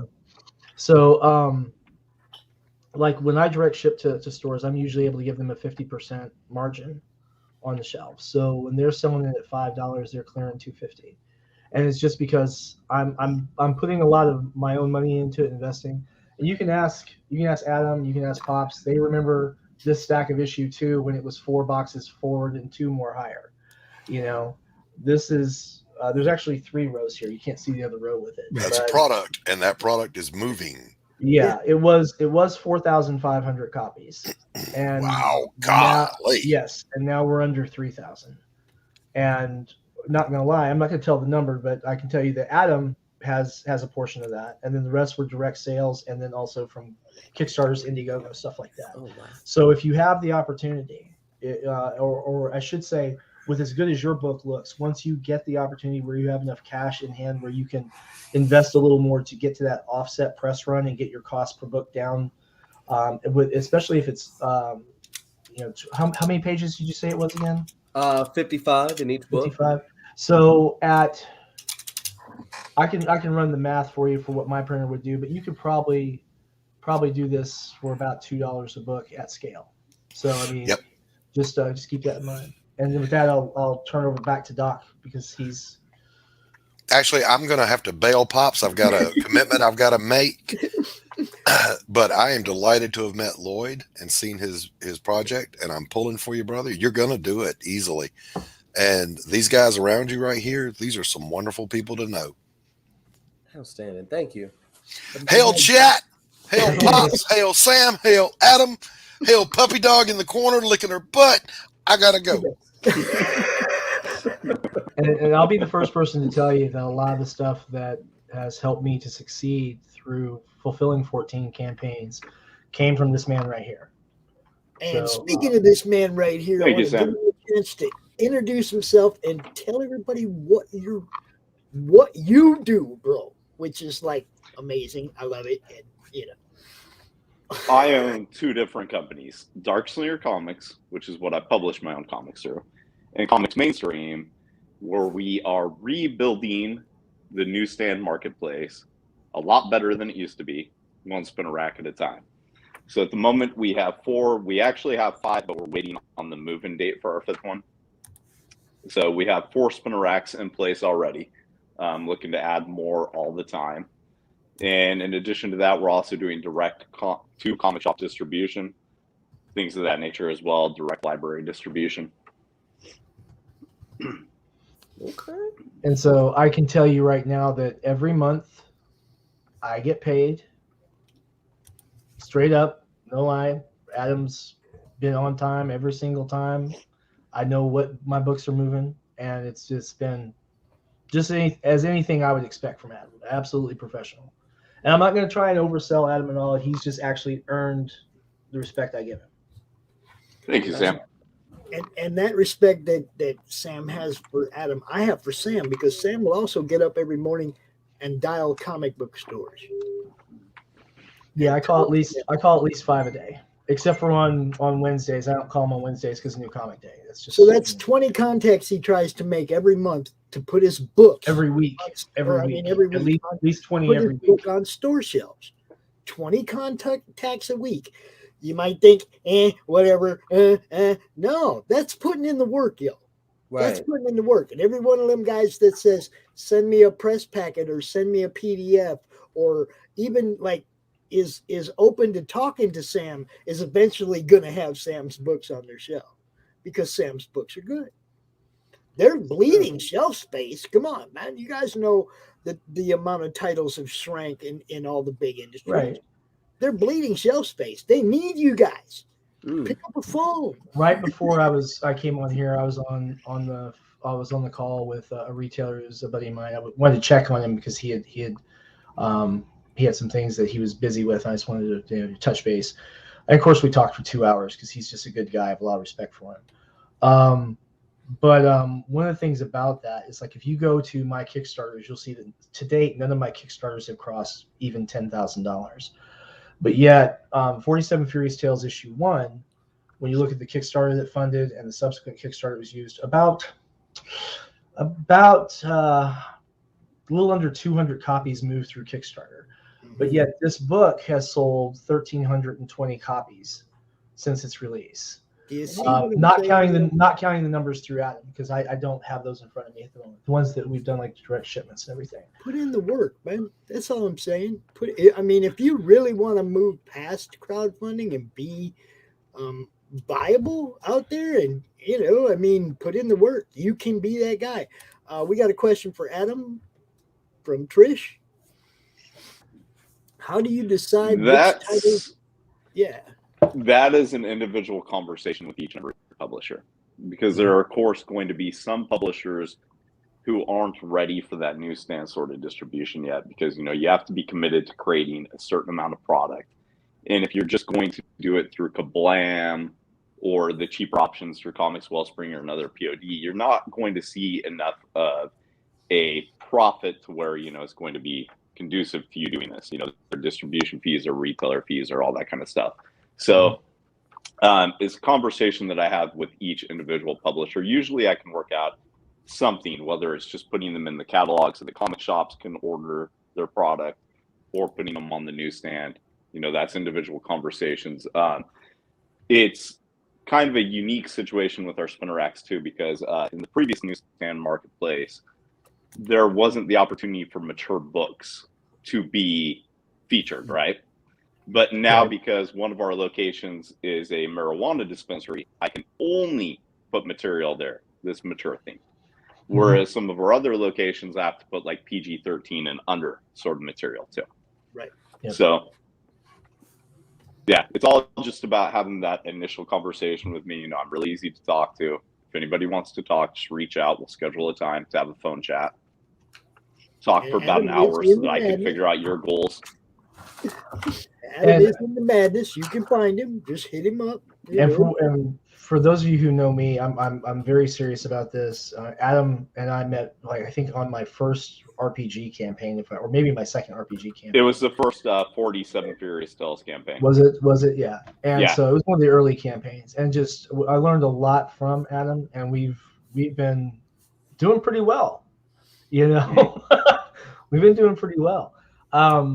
I'll put it this way: when Adam first told me about this, we had to keep it quiet until he had his infrastructure in place. But when he told me he was ready, I packed up boxes and shipped to him. And Adam, you can release the number if you want. I don't care. See, the initial order you sent me 150 of 1 and 2, 150 so each, right? Yeah, 300 copies. Yeah. Mm-hmm. So that's just a concept of where my faith is on that. So I got a question and for I you. Appreciate that, Dave. Hey man, you earned it every day. What do you got, Lloyd? So Adam, you brought up companies like Comics Wellspring and Kablam and stuff like that. We've currently been using Mixam and stuff. What are some better options? Are there better options out there that obviously it depends on what sort of printing you want to do. Mixam is actually a really good company. We use them for quite a few of the things we print as well. Right. Okay. But it depends on what you're wanting to produce. If you're wanting to do a single issue, you kind of have to ask, do you want it to be uncoated paper? Do you want it to be gloss, matte, or do you want to do newsprint? Because if you want to do newsprint, then you have to go through a web press printer, things of that nature. If you want to do a hardcover, Mixam's not going to be your absolute best option for hardcover. Okay. A company Right, like Bookmasters, or even going overseas with like Print Ninja or a company like that, is going to save you a good $4,000 to $5,000. But on the other side of that, then you have to wait for the ships to come in and get unloaded, and so it creates barriers to entry as well. Yeah, because the Mixam hardcover economy of scale really starts to kick in at about 15,000 units, according to the metrics I've been looking at. And so you're talking, $50,000, $60,000 print orders. But you can get like a smaller press run available through Print Ninja on a hardcover. You're going to be still paying more per book than you would for a really massive scale order. But if you're going to do like 1,000 or 2,000, it's definitely Print Ninja is probably where I would point to. Okay, noted. Just give yourself those extra. What is it now? 4 months import now, Adam? Right, for Print Ninja, I think. On their website, yeah, it uses language that makes me think they don't actually know when the total landed date will be on most product, because they can't guarantee those ships getting unloaded on any certain day, right? Oh, I forgot about that. Yeah, that's true. Yeah.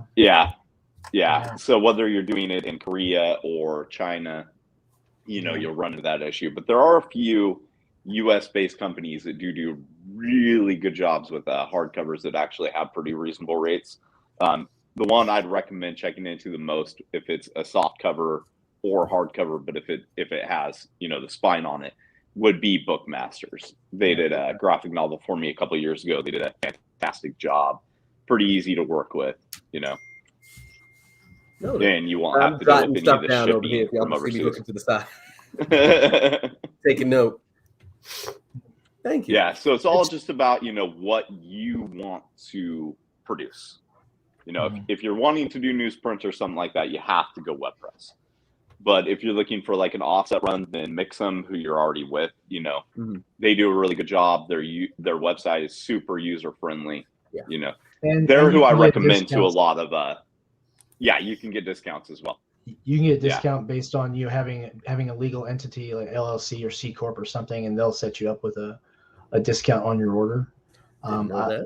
Yes. I didn't pay more attention. Oh my god. Yeah, call their support line if you have your LLC ID information, the tax ID number, and all that. Talk to them about set up your discount, and they can usually set it up within a day or two. Dang it, Dusty! I did not know, Adam, that you had some Asylum Press action going on up in here. Yep. We have Frank's books. I love Frank, man. It's one of my dudes. I'm telling you. Look, everybody. We're really trying to build something here. We're trying to help you, to give you advice that will move your product after crowdfunding, that will keep you in print, keep printing books, man. We're really trying to build something here. People like Adam, man, you cannot beat somebody that's willing to build something like this. You have to at least check it out. If you can fit in somewhere into some of the stores or dispensaries or whatever, like I said, some places he has to go all ages, some places he has to go adults only. Man, I just loved the possibilities. I want to see this in Michigan dispensaries too. Where's them spinner racks over here, bro? We will be going into other states. There is a plan. There's a plan. Hey, we're doing Washington first, then California, and then moving easternly from there. I tell you what, you could hire me to distribute to all the dispensaries in Southwest Michigan. You could just ship everything to me, and I would take them out to all the places. You wouldn't have to pay. Are you saying that you're already on a first name basis with all the dispensaries? I would be in a quickness. There you go. Well, that solves that problem, Adam. Let's Adam, you want to take 500 more copies of 47 and 1,000 copies of Rain, and we'll get this party started. I'm saying, when it comes to the logistics part of it, when you're in some dispensaries here, I will try to help you lower that shipping cost to get them in those stores. I appreciate that. I definitely appreciate that. Anything I can do to help, man. I'm hiring Brad. Yeah, the place that we have our warehouse through, I'm already in talks with about getting warehouse rentals in the other states that they're in. So that's a big part of it is, I'm already working with this place that I have my main warehouse in.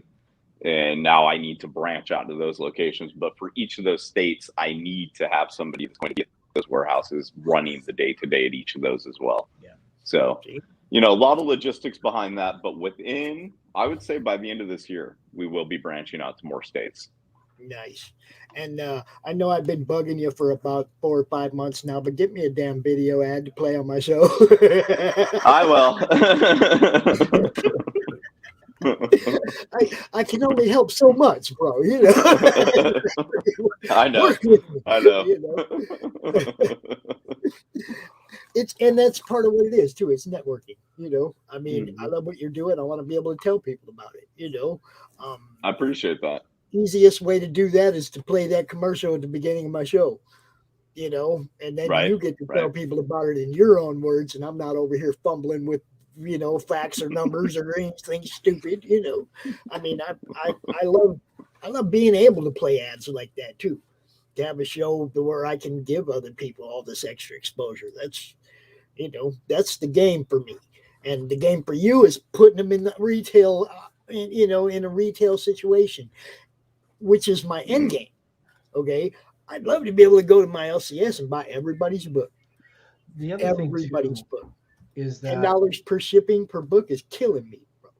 The other thing too is that having these books on the shelf from the creator perspective, that really takes those books, they're being marketed, they're being sold. You've got that taken care of, and frees you up to keep your creations going and keep things moving right along. Adam, when people ask me, hey, I want to sell more books, I said, well, did you print enough to get your costs down? Here's Adam Watson, call Adam with Comics Mainstream. And I guess that's brought some new titles in that. And this is another thing. I appreciate Trish's perspective on this, because if you have a local printer, you can actually go see the product coming off the press. You can give it a real eyes-on look at it before it ever goes any farther than that. Okay, you can't beat that. And also, you kill that shipping, that initial shipping cost of getting the books to you. You can just go pick them up; they're local. Okay, but yeah, it's I mean, you have to find a local printer that does what you want them to do. Right. And, I mean, that's not always going to be easy. Smaller ones might cost a little more, but at the same time, when you eliminate that initial shipping of 400 or 500 books, however many you have printed, hopefully the cost offsets right there, and you don't even have to worry about that. And you get some, get your books printed where you can, like I said, hands-on, eyes-on right away as they come off the press. Yeah, I like how that looks. Or, no, that color's off. Stop. Yeah, and there's a lot to be said too for just having those books on the shelf, increasing your brand awareness in other demographics that you might necessarily not be able to reach. I mean, does anyone want to take the hour or two to calculate the odds that someone in a dispensary in Oregon was going to see 47 Furious Tales on their phone while they were waiting in line? Because I'd say that's probably alongside the lines of winning the lottery or something. And now it's right when they go to checkout. Yeah, that's perfect. Because look, the first comic I ever bought was in the checkout line at a supermarket. Yep. In the checkout line where you're standing there all bored. Oh, what's that? Hey, Mom, can I get this? I didn't know what it was. It was Defenders 10. It was Thor and Hulk. Yeah, and I mean, Adam knows that I'm already going to be sending him stuff for Rain. We've had that conversation certainly. Of course, Adam's seen the book too, so the unlettered version. The unlettered version. We'll show him the lettered version soon. Yeah, that book. This book. Yeah, that book. 130 backers, right on, William. Nice. Yep, we're going for a $5,000 goal. We got about, 8 more retailers. We gotta plug in their tiers and get them done. A little bit of work to do, but we can get this. Well, yeah, because we're custom building retailer tiers for everybody. But I got something to share with you guys that I can. Of course. For everyone who's familiar with Mix'em, you're going to probably be familiar with this feature. But I'm going to take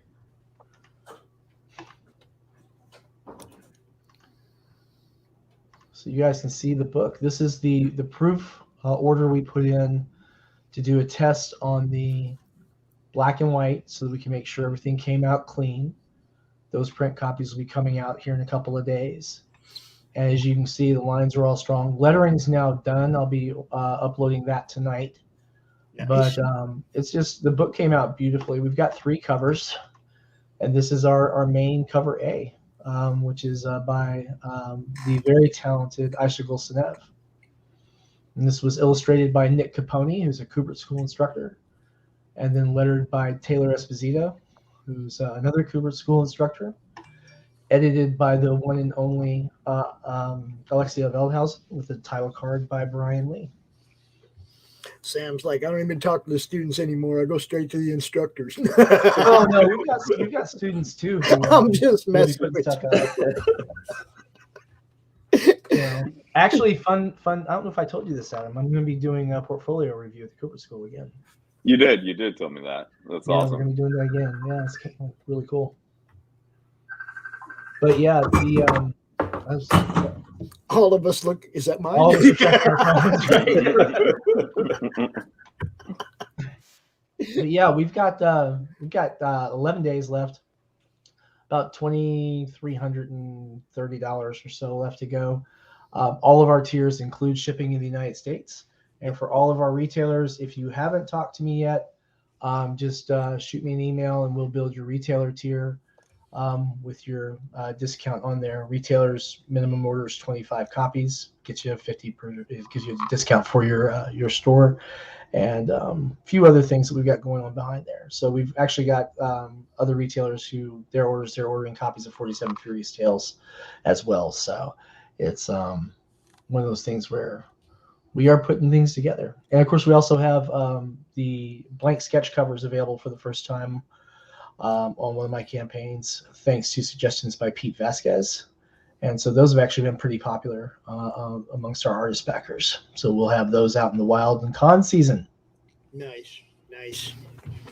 Always love the sketch covers. I got me quite a collection of them. I never draw on them, but I have a nice collection of them. So you have a tier for retailers as well? Is that did I hear that right? What's that? You said that you were doing stuff with retailers as well. That's correct. Yeah, I'm custom building the tiers for the particular retailers on this one. I used to do like just one or two retail tiers, but what I found is that I ended up having retailers who like, well, the retail tier was $25 and I really needed 30, or I really needed 40, and the next one was $50 and I didn't need $50, I needed 40. So I'm custom building the tiers for the retailers so they get the actual books they need. So whether it's Third Eye Comics or Heroes Realm or Cowabunga Comics or The Box or The Hive, we're custom building those so that they get really the copies they need. So some of these stores are bigger and have multiple locations, and others are like, can I just do it outside the Kickstarter and you guys just ship me part of the order directly? Which is, for a couple of the larger stores where they have multiple locations, that looks like what we're probably going to be doing, because there's some consideration there on just wanting to make sure that they're getting the books in without having to wait on us to process them here.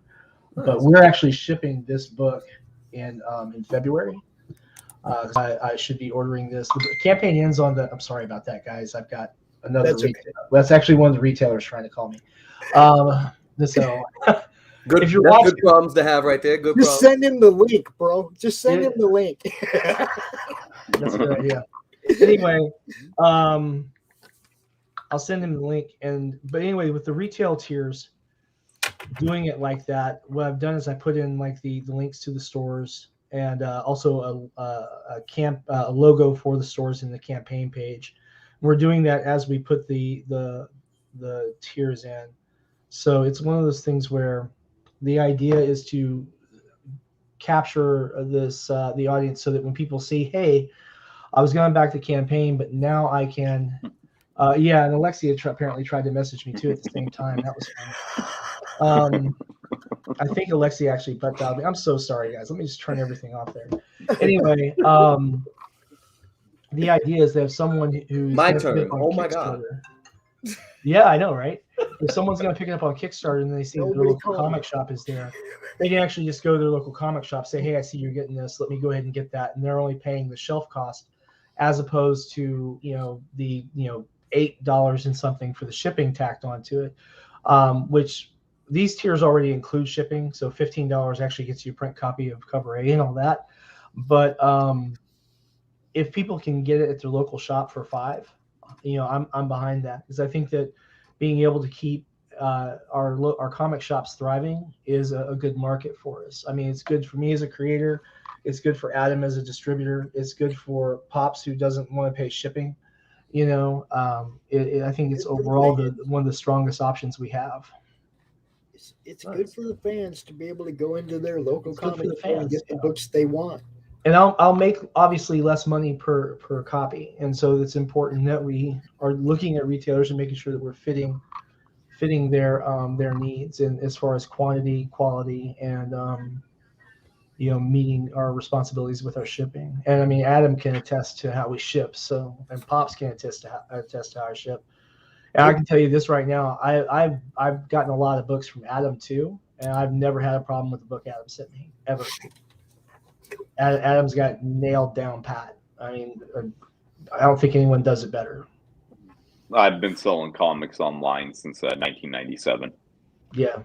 So, I mean, I've probably sold somewhere in the neighborhood of 500,000 comics through eBay. And back in the day, Yahoo Auctions and Auctions Universe. I mean, that shows you how old I am right there. Probably never even heard of Auctions Universe, right? Like, what is that? And now you guys can see one of the other reasons why I've got comics mainstream, and Adam's like, "Hey, I'm ready. Here's 300 books." It's like, and like I said, it's like, I mean, sometimes I sound like a broken record, but man, I mean, my end game since I started promoting, since I started doing this, is trying to get you guys in the local comic shop. Get as many indie books in the LCS as I possibly can. And certainly have multiple channels, because there's going to be people who don't have a local comic shop, and having stuff on the spinner rack is an amazing opportunity, because we have people who otherwise wouldn't find our book. And then I also, some of the print on demand stuff I can kind of see. One of the things for me though is I don't reprint covers. So if I do something as a print on demand title, I have to buy a new cover. And so I'm doing that for the first time with Rain issue 1. We will have a separate cover for the print on demand capability that will be completely unique to that. And we'll be ready to announce the artist on that once he has signed his contract. So. Right on. Although I think I told Adam. I think I told Adam. But I tell Adam everything. That's confidential information, though. I'm not going to share that. I bugged the hell out of poor Adam. I know all about the confidential information. I got a file of crap I don't ever get to show nobody. I always have a file I can't show nobody. Okay, maybe 6 months from now I get to show them, but I always have a file of right now I'm not allowed. There's info that I have that I can't share with anybody for, I think, 10 years now. So,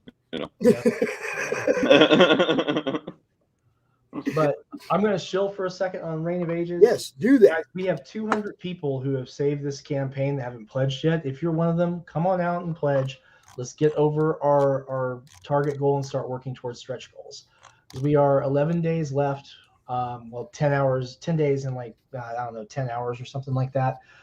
So let's go ahead and get that over the hump and start looking at some cool art prints and magnets and other stuff. Also, we did just add another digital reward, which we posted in the updates. Nick Capone did a really cool Reign of Ages chibi, and we're adding it to all backers as a digital reward, as a printable PDF, so that you can have it, for print it at your house or what have you. Just really, really fun stuff. And that was my wonderful little video where I look like I've been hit in the head with a shovel. I've been up like 2 days when I made that video. So that's what happens, man, when you're doing every live stream in the country. That'll have you, I'm going to take this opportunity to share one of my favorite screenshots of my show of all time. Yeah, I'm not gonna lie, that really hit different. I mean, that was one of those things that when someone tells you that, you kind of have to you look at it, you get excited, and then it kind of sinks in. But the collective has sold 110 copies just of 47 Furious Tales issue 1, and that's they have a single location. Yeah, That's excellent. Yeah, I mean, Adam and I talk about this all the time. I know, so he's probably tired of hearing me say it. But I mean, retailers. I'm not. Retailers need us, and retailers need someone who can get books to them. Which reminds me, I got a guy who needs some books, Adam, that I want to introduce you to. Okay, excellent. So he's in Louisiana. He needs some comics. Yeah, and I'm just gonna shill for myself for a minute. Well, for Comics Mainstream, and say, I was a day one backer on this campaign.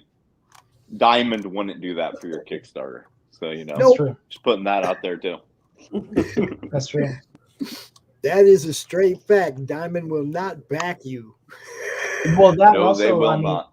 Adam's out there sharing the links everywhere. I mean, I couldn't tell you how many times someone's asked me a question about one of my books because they heard about it from Adam. And I mean, it's pretty freaking common. Wow. Yeah. So, thank you, Adam, as always, man. Appreciate it. Much love for you, brother. Thank you, Sam. As I keep saying, thanks for being the first one to go on this journey with me. Hey, well, we got to lead. You can't be stuck following all the time. We got to make it happen, right? Mm-hmm. And thank you for that link, Pops. You bet, man. Besides, we gotta go big too, man. We gotta go big. You got a bunch of stores. I gotta send you a lot of books. Right? I might just ship you 150 copies of Rain straight from the printer. I mean, just because. That'd be excellent. Yeah. I think it saves a lot of time. Mentioning that when you're dealing with distributors and things of that nature, something that Sam just mentioned, it is a good idea to have them do split shipments. Yep. Figure out different places that you're having bulk amounts sent to ahead of time, because they will have much cheaper shipping options for you than if you get it and then parcel it out yourself. Right. Because if I've got to ship 300 books to a central location for a chain that has 6, 8, 10 locations, then I'm going to be paying like $80 in shipping. But if I get it shipped directly from Mix'em, I'm actually only going to be paying more like 48, 47, something like that. And plus, it's money that would have been factored into the shipment that's coming to me anyway. So I'm really, really optimizing my shipping on any bulk orders like that. Okay. Thank you, Adam. I didn't think to mention that, man. Oh, no problem. That was kind of one of the reasons I wanted you both out here. I wanted to hear you bouncing stuff off each other a little bit, rather than sometimes I'm talking about, what Adam's doing, which I don't know near enough about, which is another reason I wanted Adam to come out here and talk about it, because, horse's mouth, right? Yep. Adam, lay it on us, man. Let everyone know, because, I'm a big fan. I like how it's working for me, See, and for me, it's about serving everybody. So, comicsmainstream.com. Yep. That's which I've been told I need to put a bit more info on the front page there, and I will be. But bear in mind, I'm not a website designer. Yeah, comicsmainstream.com. Yeah. Okay. Yeah, and like I said, man, give me a video ad so I can play it. So, it is on the big list of things to do. That's for sure. We definitely like being able to promote. That's what I do. So give me something to promote, and I'm gonna be out here talking about it. And right. Well, Madness, who's gonna be backer 131? Come on, Madness guys, let's get in here and start pushing this book up. Definitely. And so actually, here's our first two supporting stores who pledged in. Gotham Underground's in New Jersey, the Collective, of course, in Florida. But one of the things we've done is that people can go and click on their logos there. It'll actually take them to the store's preferred website or social media location. Nice. So it's embedded to help make sure that people know where they're going to be able to get their book at. Nice. All shipping in the U.S. is paid for in your pledge. Yes, and then for international backers, it's added on. I actually the Canadian shipping is a little higher than it actually should be because I made a mistake.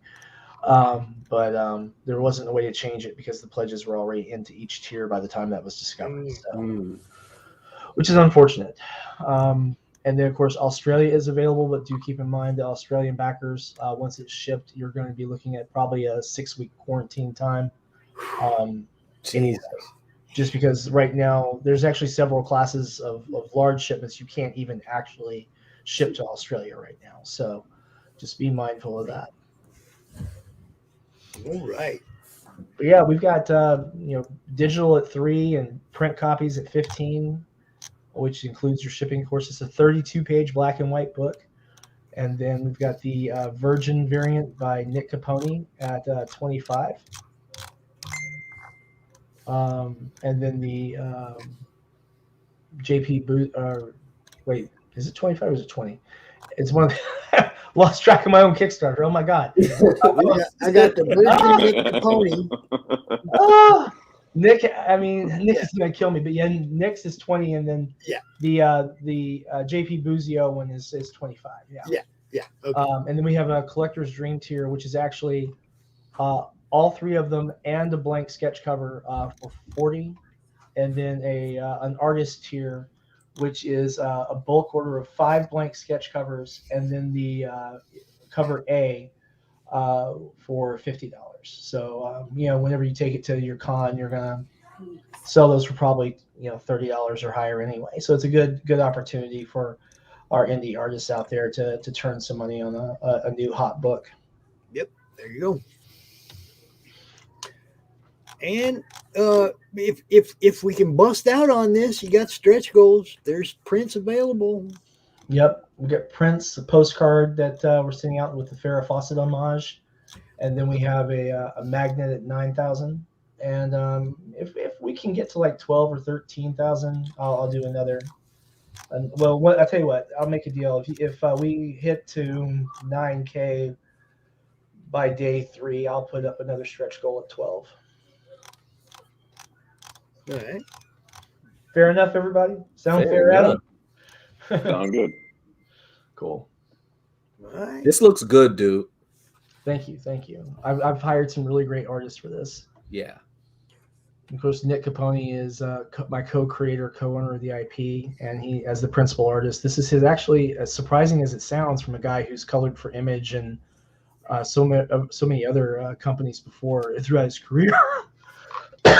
Pardon me. This is actually his first book where he's the principal artist for the line art. He normally is the colorist on everything. But he's colored. Good Lord, I couldn't even begin to tell you how many different indie books he's colored. His resume is longer than my arm. That's what you expect out of a champ. Nick's champ. You know. Guys, I'm getting hungry. I've been out here for over 2 hours. Cool. Pops musty. Well, make sure you tap Trish on the shoulder so that she can. Oh, where'd he go? We lost him. He disappeared. Yep, he zapped himself. He went all the way out too. Yep. Come back here, Sam. Come back here. Sorry, my internet blinked as I was trying to say something, because of course I tried to say something. Gotta love that, right? Right. Try again.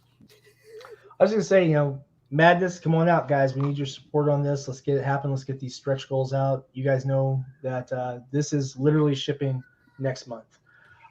Book is done. Taylor Esposito finished the letters and then finished the only 3 corrections that we had on the entire book. He got them done in probably 30 minutes. So for the corrections. And so, I mean, just absolutely fantastic turnaround time. Yeah, we're going to be ready to order books on the 25th, 26th, something like that. All right. Most excellent. Of this month. I mean, like before the campaign's over, so that we can make sure that they're in like on the 15th. So where are you doing your countdown party at? I'm doing that here. Thank you for asking, because I literally have had to live on my Outlook calendar. I think I pestered poor Adam to death with, are we doing Dark Slinger Mafia podcast? I don't remember. my calendar. Yes, we will be doing the countdown party for Reign of Ages right here, Friday the 28th, right before Ladies' Night, kicking off CRoM weekend. Let's roll it up to 12K at that point so that we can prove all the haters wrong. There you go. Let's get this one funded, y'all. You know how we do it. Hit that share everywhere. And pledge. Pledge and share, guys. There you go. 2-part process. You pledge, you get the book. Now, here's one thing I am going to tell you guys. The day after this closes, we're going to be sending out the backer reward survey, because we're going to have it so that we can ship you your books. As those backer reward surveys come in, we're going to be shipping digital rewards starting that day. Okay. So you answer your backer reward that day, you're getting your digital that day. Okay, so we're ending on the 28th. The very next day, you get your backer survey. That night, we're going to ship out digital rewards. The next night, for the rest of the people who have come in, we're going to ship their digital rewards. And so you're literally going to see fulfillment roll like this. So there you go. And we're used to seeing that. We're used to seeing, Sinopa fulfills, yo. You've seen me fulfill on live stream during the campaign before for Indiegogo. Yeah. Sinopa fulfills. Back it. There you go. And guys, for all of our creators on here, if your book is done and you want to see someone who can actually help get your book into the public, Adam Watson's the man. Thank you. I am a notoriously critical person by nature, and I don't think I have any criticisms of Adam whatsoever. Oh, thanks, Sam. Well, hey man, you earned it and then some, brother. Appreciate that. There you go, guys. Lloyd, tell everybody where they can find you. Yeah, you guys can find me on Instagram under Midnight Comics. You can find us everywhere on Midnight Comics. Instagram specifically is Midnight X Comics, and we're also on Twitch, Midnight Comics. So, right. Facebook, Twitter, Instagram, all of that. Do you do draw streams over there on Twitch? Yes, I was. We're just now starting that back up. So those are usually on Saturdays. So all right. Well, I was going to let you know I do an open draw stream every Sunday afternoon. So you're welcome to join us, man. Okay. Yeah, let's do it. Go. I just start the show at 1:00 and I put the link in the chat, and people just pop in and start drawing. It's cool. So okay, got it. I will let you know for sure. Adam, tell everybody how they can find you, sir. And Comics Mainstream. Cover your project, your comic, as well as your distribution network. All right. ComicsMainstream.com. We also have socials on Twitter, Facebook, Instagram for Comics Mainstream. Darkslinger.com for my publishing side. Darkslinger? Darkslinger. Darkslinger. Yep, Darkslinger.com. Have social media profiles for that on Twitter, Instagram, Facebook as well. Also have individual Facebooks for El Bovine Muerte, Ghost Assassin, and Chronicles of Von Helsing, which are 3 of my books. I haven't had much time to update those recently. There's more content on the Darkslinger side itself. And then on Instagram, I also have an extra Instagram for my webcomic Mini Slingers, which is a little kid version of all of my characters and a little bit more kid-friendly type of book than, what I normally do. Most of the stuff I normally do is messed up and very adult. So, well, I'm going to tell you guys, he goes over the titles, but Ghost Assassin is literally one of my favorite indie books out there. It seems like I might really know a little bit about that one. But I mean, Ghost Assassin really, really was something I just genuinely love. It's a great book. I'm looking forward to the next one. Cool. Yeah, the next one should be going to the printer within the week. So there you go. At about 1 in the morning, I keep coloring pages and lettering and finishing up everything, working on that from about 1 till 5 in the morning. So, you know. Adam, I gotta ask, do you use crowdfunding, or do you just I have in the straight off your past. site? The last one I did was actually for a enamel pins. It wasn't for a comic, and I did that. See, Sam, you were back on that. When I do that, like December of 2019, I think. Yeah, I think so. It was somewhere. The COVID years run together. Willow loves them. She got those pins from my little daughter, who's now 7. She got those and then ran off with them. And then you know, Adam and I sometimes like exchange stuff. You know, for her birthday, she got a couple other. Again, thanks for that, brother, because she pinned those on and then she wears them to school really proudly. She's like, I got my pins. Oh, nice.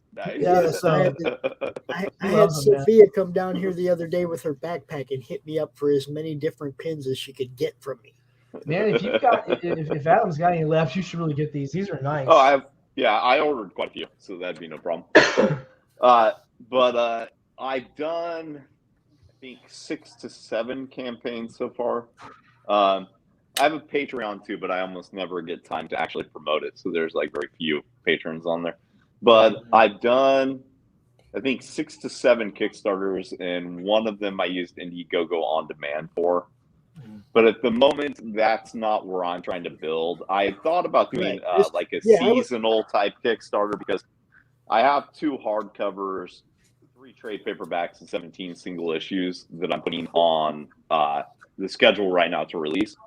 And I thought about doing like a season type thing, kind of like Alternate Comics does. Right. But it's not where I'm going ultimately. I just want to get the, you know, I'll either get it funded through pre-orders to the retailers, or I'll just fund it out of pocket, one of the two. The reason I was asking is so that when you're releasing something new, I know where to tell people to go get it. You see, because if you're not doing a campaign like this, I can't go, hey, yo, check out Adam's book right here. So just work with me a little bit. Let me know when you're dropping new stuff so that I can let everybody Definitely know. Will do. Yeah. You know. Worst case scenario, everything is available for order through darksnare.com. But any comic shop that's in your area can place an order through Comics Mainstream. So, you know, they can hop on, place an order. You know, some of them are going to be in our system already. Some of them may not be. But, you know, it's an easy process for them to get into our system, and then they can order the books too. And then you don't have to worry about, you know, having to ship or any of that kind of stuff, or doing onesie-twosie type orders. Yep. So, and that goes for anything that's in the catalog. You know, if you are looking at the Comics Mainstream catalog and you like the look of, you know, Ghost Assassin and 47 Furious Tales and Pet Human, you can talk to your local retailer, Miskatonic Eye. Yeah, you can talk to your local retailer and have them, you know, place an order for you. And then you don't have to worry about all the shipping and everything, and just pick it up right at your local comic shop. There you go. There you go, y'all. That's why we do this. Imparting the information that can possibly benefit you. That's what we're all about. So, hey, man, Sam, tell everybody where they can find you, bro. Sure. We're on Instagram, Facebook, and Twitter as Sinopa Publishing, Sinopa, and you can find me on Kickstarter for Reign of Ages, and that is WS Quinton, and then our company account, Sinopa Publishing, which we are using for our role-playing game books this year as well. This year we are scheduled for Reign of Ages issue 1 this month, shipping in February, 47 Furious Tales issue 3 in March, and shipping in April. Necroholic issue 1 in May, shipping in June. And that's only if we don't also include Reign of Ages issue 2. It'll still ship the next month if we do, but we're trying to figure out whether we want to do 2 books on the same campaign yet or not. But yeah, we'll be having those titles alternating this year, and then we should be adding my first manga either at the end of this year or next year, which is Dystopian Fantasy Adventure Quest, which is the adaptation of my Shadowrun fan fiction that I have stripped all the Shadowrun stuff off since they won't sell me a license. And although I'm going to call Tops again now that they are been bought, sold, whatever they did, so that we can resume that conversation because I'd really like to have the Shadowrun logo on it when I push it out, if at all possible. So fingers crossed. Yeah. But also you'll find our work on Comics Mainstream. So if your shop is more comfortable dealing with a distribution warehouse, then by all means there. And we are not yet available through Liberty. I need to talk to Varian a little bit about that, but that conversation is coming. You're also going to see us on participating in the upcoming anthology with the Collective. There you go. And speaking of anthologies, I'd be remiss if I did not give a little shout out to myself. Yeah. From the art of Edwin R. Texpedio and the mind of yours truly, Enter the CRoMniverse anthology is COOMING. Be ready. It's going to be a blast, y'all. I'm going to have a lot of fun with this. We got some great people signed up. I've already seen a couple of scripts. I'm really excited about where it's going. So be ready. I'm jumping in the game too. With both feet, baby. Just the same way I started doing the promoting, the same way I started doing CromCon, the same way I started doing all this. I just dove in, right? So be ready. I dove in again. Can I say one more thing, Pops? Sure. So you can also find Sanopa Publishing books at the Gotham Underground, at Dewey's, which is attached to the Cooper School, East Side Mags. All 6 locations of Third Eye Comics. Last I heard, they still have some from their second order, which will probably turn into our third order soon. Of course, the Collective, Cowabunga Comics, the Hive, the Box, Heroes Realm. Make them calls, y'all. Capes and Crusaders. Crap, I'm forgetting some people. Capes and Crusaders on their 4 locations, and I just forgot the other guys. All right, sorry guys. I'll make a list next time so I have it. But yeah, you can find it at local comic shops, and if they don't have it, either have them call Adam or have them email me, and we'll go ahead and make that happen. And Lloyd, yes, I hope to see. I'm going to back your campaign on Kickstarter, but I hope to see it at my local comic shops, man. Yes, thank you. No problem. Do me a favor and share my link after you pledge, please. Definitely. Thanks, bro. Appreciate it. You guys, it was great. Thank you all for coming out. You guys don't know how much I appreciate that I have a decent show and that I can help people and you guys bring out real information that can help my friends. And that's what it's all about, man. Lloyd, we'll see you again real soon, like yes, Thursday. William, I talk to you all the time. Adam, I'm going to talk to you more. I want to talk to you more. All right, sounds good. Thanks for having me, Pops. You really should. Adam knows what you're doing is golden. So, you guys all have a great night. I'm going to go, I'm going to play a couple more commercials and then I'm going to get out of here. Cool. All right. What's up? Let's see. Where can we start? Let's start with that one. Sunsworn Wings of Vengeance is funding now on Indiegogo. Don't miss this action-packed space fantasy adventure sure to rekindle your love for the genre. Get it now on Indiegogo or just go to sunsworn.com.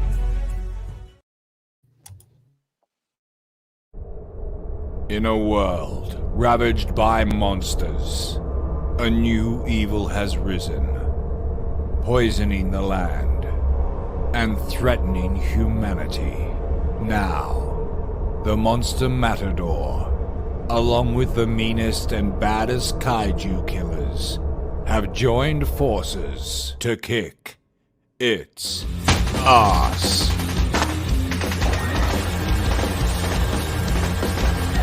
Monster Matador, Afropocalypse. Hey, it's Belle from Liberty Entertainment Distribution.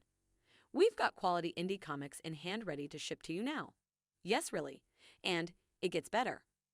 At Liberty, publishers set their own wholesale pricing, and we don't take any fees, so don't wait.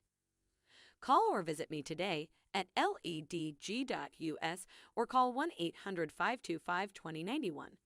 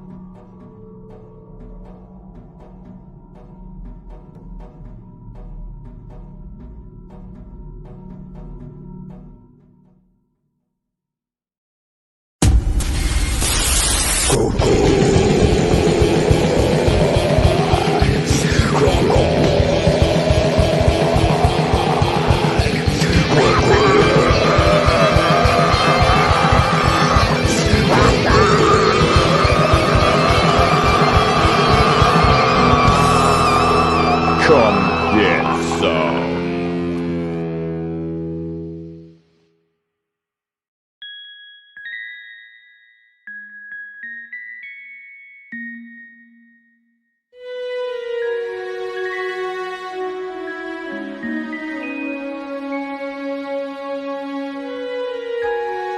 Secrets, trust, worth. The bond between souls intertwined within otherworldly intrigue. Michaela Jade brings forth the Elite Warrior series, a collection of dark fantasy romance novels set in a twisted world where power lusts in the hearts of men and devotion seduces the souls of women.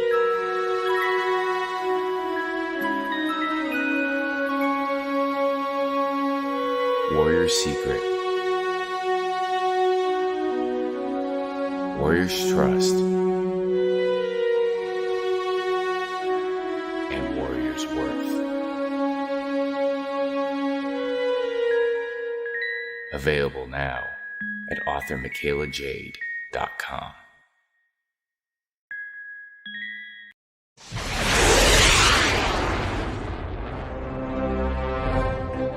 From author Brian K. Morris comes a classic hero in a high-flying, fast-paced, and action-packed steampunk adventure.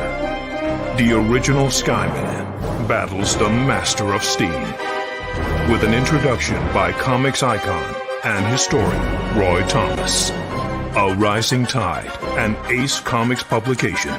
Available now in print or digital format on Amazon.com.